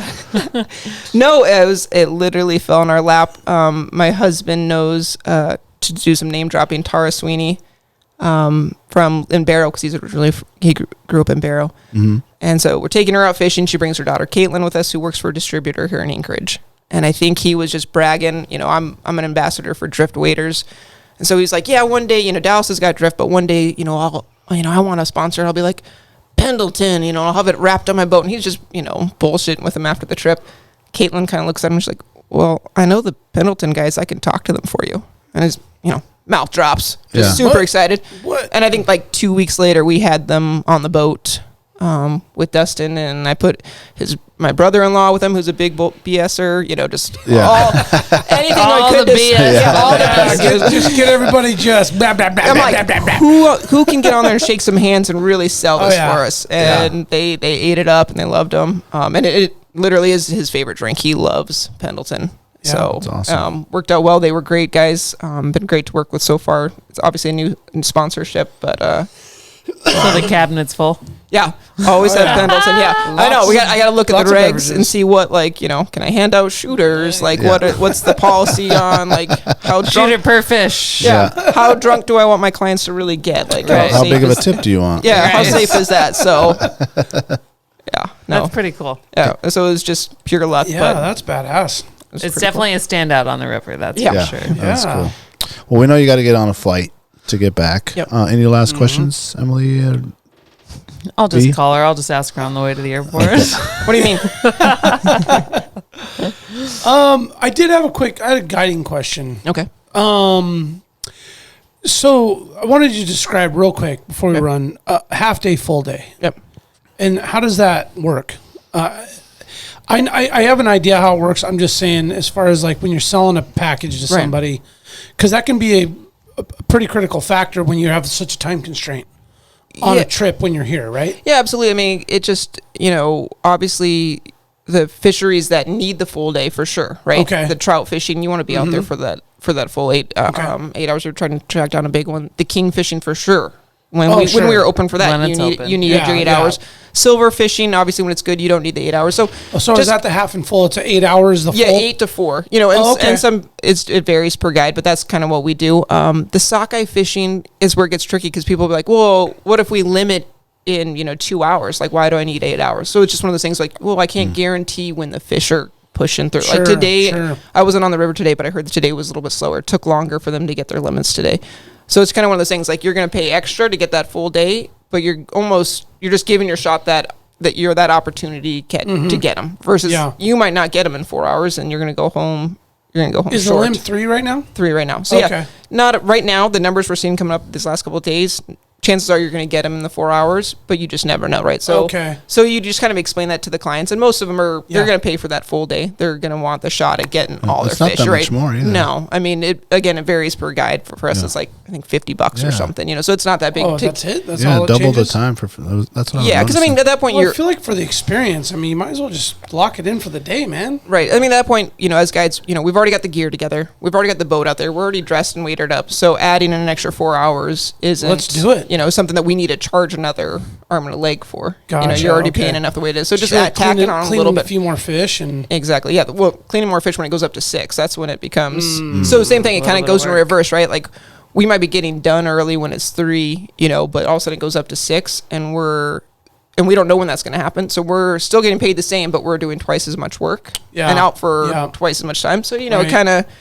Just kind of goes back so you kind of make up for it later on in the season when that number happens. So that was more of a question for anybody listening that just thinking about coming up and wanting to get sockeye or obviously kings are pretty tough to come by these days. Like the Kasilof, were you guys guiding the Kasilof? No, not anymore. Like I said, I Okay. did my first year when I was working. I know for this Ford. year was still open though. Yeah, So- for native fish or not Hatchery, native right? hatchery. hatchery fish. Yeah, it was hatchery only. Well, did it How get do hammered they? pretty Do hard? they have them marked? Yeah, they that back they clip the- clip the the fin. dorsal. So so if they don't have one, then you're good to go. Okay, So, on that little tail fin. yeah, that little thing. adipose. Adipose. Adipose one. Yeah. Okay. Was it hit hard, guide wise? The Kisilov? Yeah. Oh yeah. When the with the Kenai man. being closed, oh yeah, everybody, and even still until these last few days when the sockeye started coming into the Kenai, everybody was on the Kisilov because Kisilov was doing well for sockeye. So because those guides that normally would be doing kings on the Kenai couldn't, they've got to make their money elsewhere. Sure, so other species are going to be affected when a king closure happens. Yeah. That's more guides going after trout and the other species Yep. as well. So Targeting different definitely stuff. something to look at. Someone like myself who loves trout, like what can we do to make sure this trout fishery isn't affected when those king closures happen and all those other people switch to going after trout. Potentially people that don't respect that fishery as much as we would like them to. Yeah. That aren't as accustomed to keeping the fish wet and using hook releasers and those type of tactics to keep those fish safe. So it's definitely a concern that a lot of trout guys. Right, exactly. They're bait casters for kings and silver. Sure. So Yeah, harvest. Yep. exactly, they're harvest guides. So it's definitely something that education wise and Fish and Game needs to look at too. Knowing that, hey, we're closing kings, which is good, right? Let's let that fish rebound. Sure. But let's make sure it's not going to have a negative impact on the other fisheries. On the other species. Good point. Dallas, thanks for coming in. Thanks for flying in and talking with us. Yeah, thank you guys. At Guiding the Kenai on Instagram, also explorekenai.net. If you're looking for more information, check out Dallas and her business that she has going on out there. Get you booked up. Yep. Beyond just Kenai fishing. Anything. Yeah. Will you guys do a winter one? Typically not. Most people aren't crazy enough to come join us. So. But she probably would. But if you guys want to, though, there are some guides out there that do it. But and if she won't, she knows somebody that will. And who wants to join in this? We have a 16-foot John boat that is not. It's not. It's questionable. So it's hard to sell a seat in that. Is it riveted? It is riveted. Tom, I'm in. You're in. Okay. Nice. It might for Brendan's it might pleasure. If you need me to get that self-bailing pump going, I'll be your guy. absolutely do because it leaks. I know all about leaky John boats. It does have a pump, but man, it still leaks all the time. Oh, but man. it gets the job done. It ain't a real John boat if it ain't leaking with rivets. You know what I mean? Yeah. Thank you to all the sponsors. Go check them out. Support them. That's supporting us. AlaskaWildProject.com if you're looking to buy any more hoodies and hats and stuff like that. We do have some stuff. By the time this show goes out, we should be restocked on a lot of that stuff. Thank you for the support. Leave us an Apple review if you haven't yet on the podcast. Follow us on the YouTube. And check out Dallas again at Guiding the Kenai and explorekenai.net. Awesome. Thanks, you, guys. Alaska. Yeah, Thank you for great listening. work. As always. You Stay say wild. Yeah. Thanks, Emily. I'm a snake. I was thinking you say I call your overcautiousness. Are you not overcautious when you assume that you cannot do what the enemy is constantly doing? The Alaska Wild Project podcast is brought to you by the following sponsors. Barney's Sports Chalet, supplying hunters with the best hand-selected gear since 1963. The exclusive home of frontier gear built for the rugged Alaskan terrain. Your one-stop shop for all your outdoor needs. Visit Barney's today at 906 West Northern Lights. Big Rays, the Alaskan outfitter, committed to outfitting Alaskans across the state since 1947. Whether you're a recreator, parent, guide, or corporate buyer, Big Rays has the gear you need, tailored for Alaska's harsh conditions. Check out their new exclusive line of Auralic waders. Big Rays for all your outdoor gear and rugged work attire. BigRays.com. Tailored Restoration 24-hour emergency home services, helping Alaskans restore their dreams since 1972. Services include fire, water, mold, post-emergency cleaning, repair, and remodeling. Give them a call in Anchorage, Eagle River, Matsu, or Fairbanks. Hit them up at tailoredrestorationalaska.com.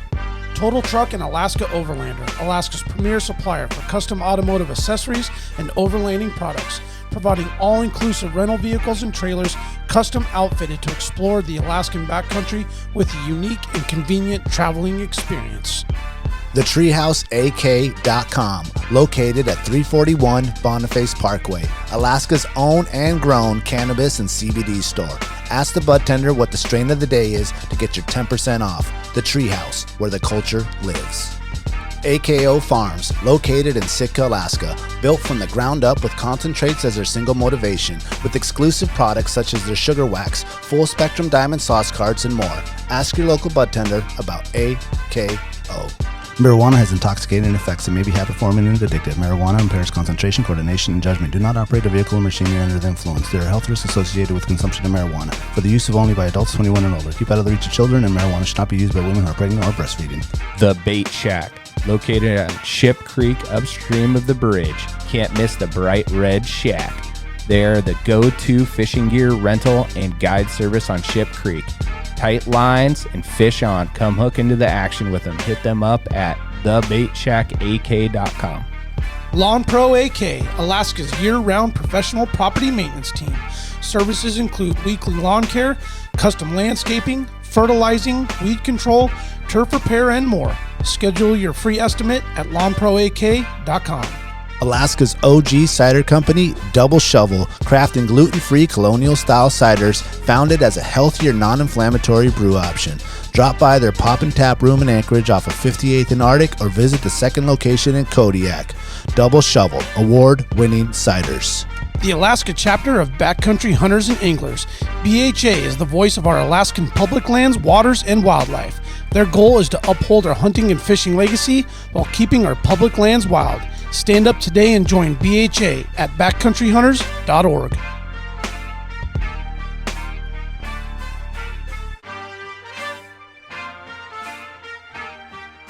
Should you not claim to be at least his equal in prowess and act upon the claim? I say try. If we never try, we shall never succeed. This proposition is a simple truth, and it's too important to be lost sight of for a moment. If we cannot beat the enemy where he now is, we never can. It is all easy if our troops march as well as the enemy, and it is unmanly to say they cannot do it.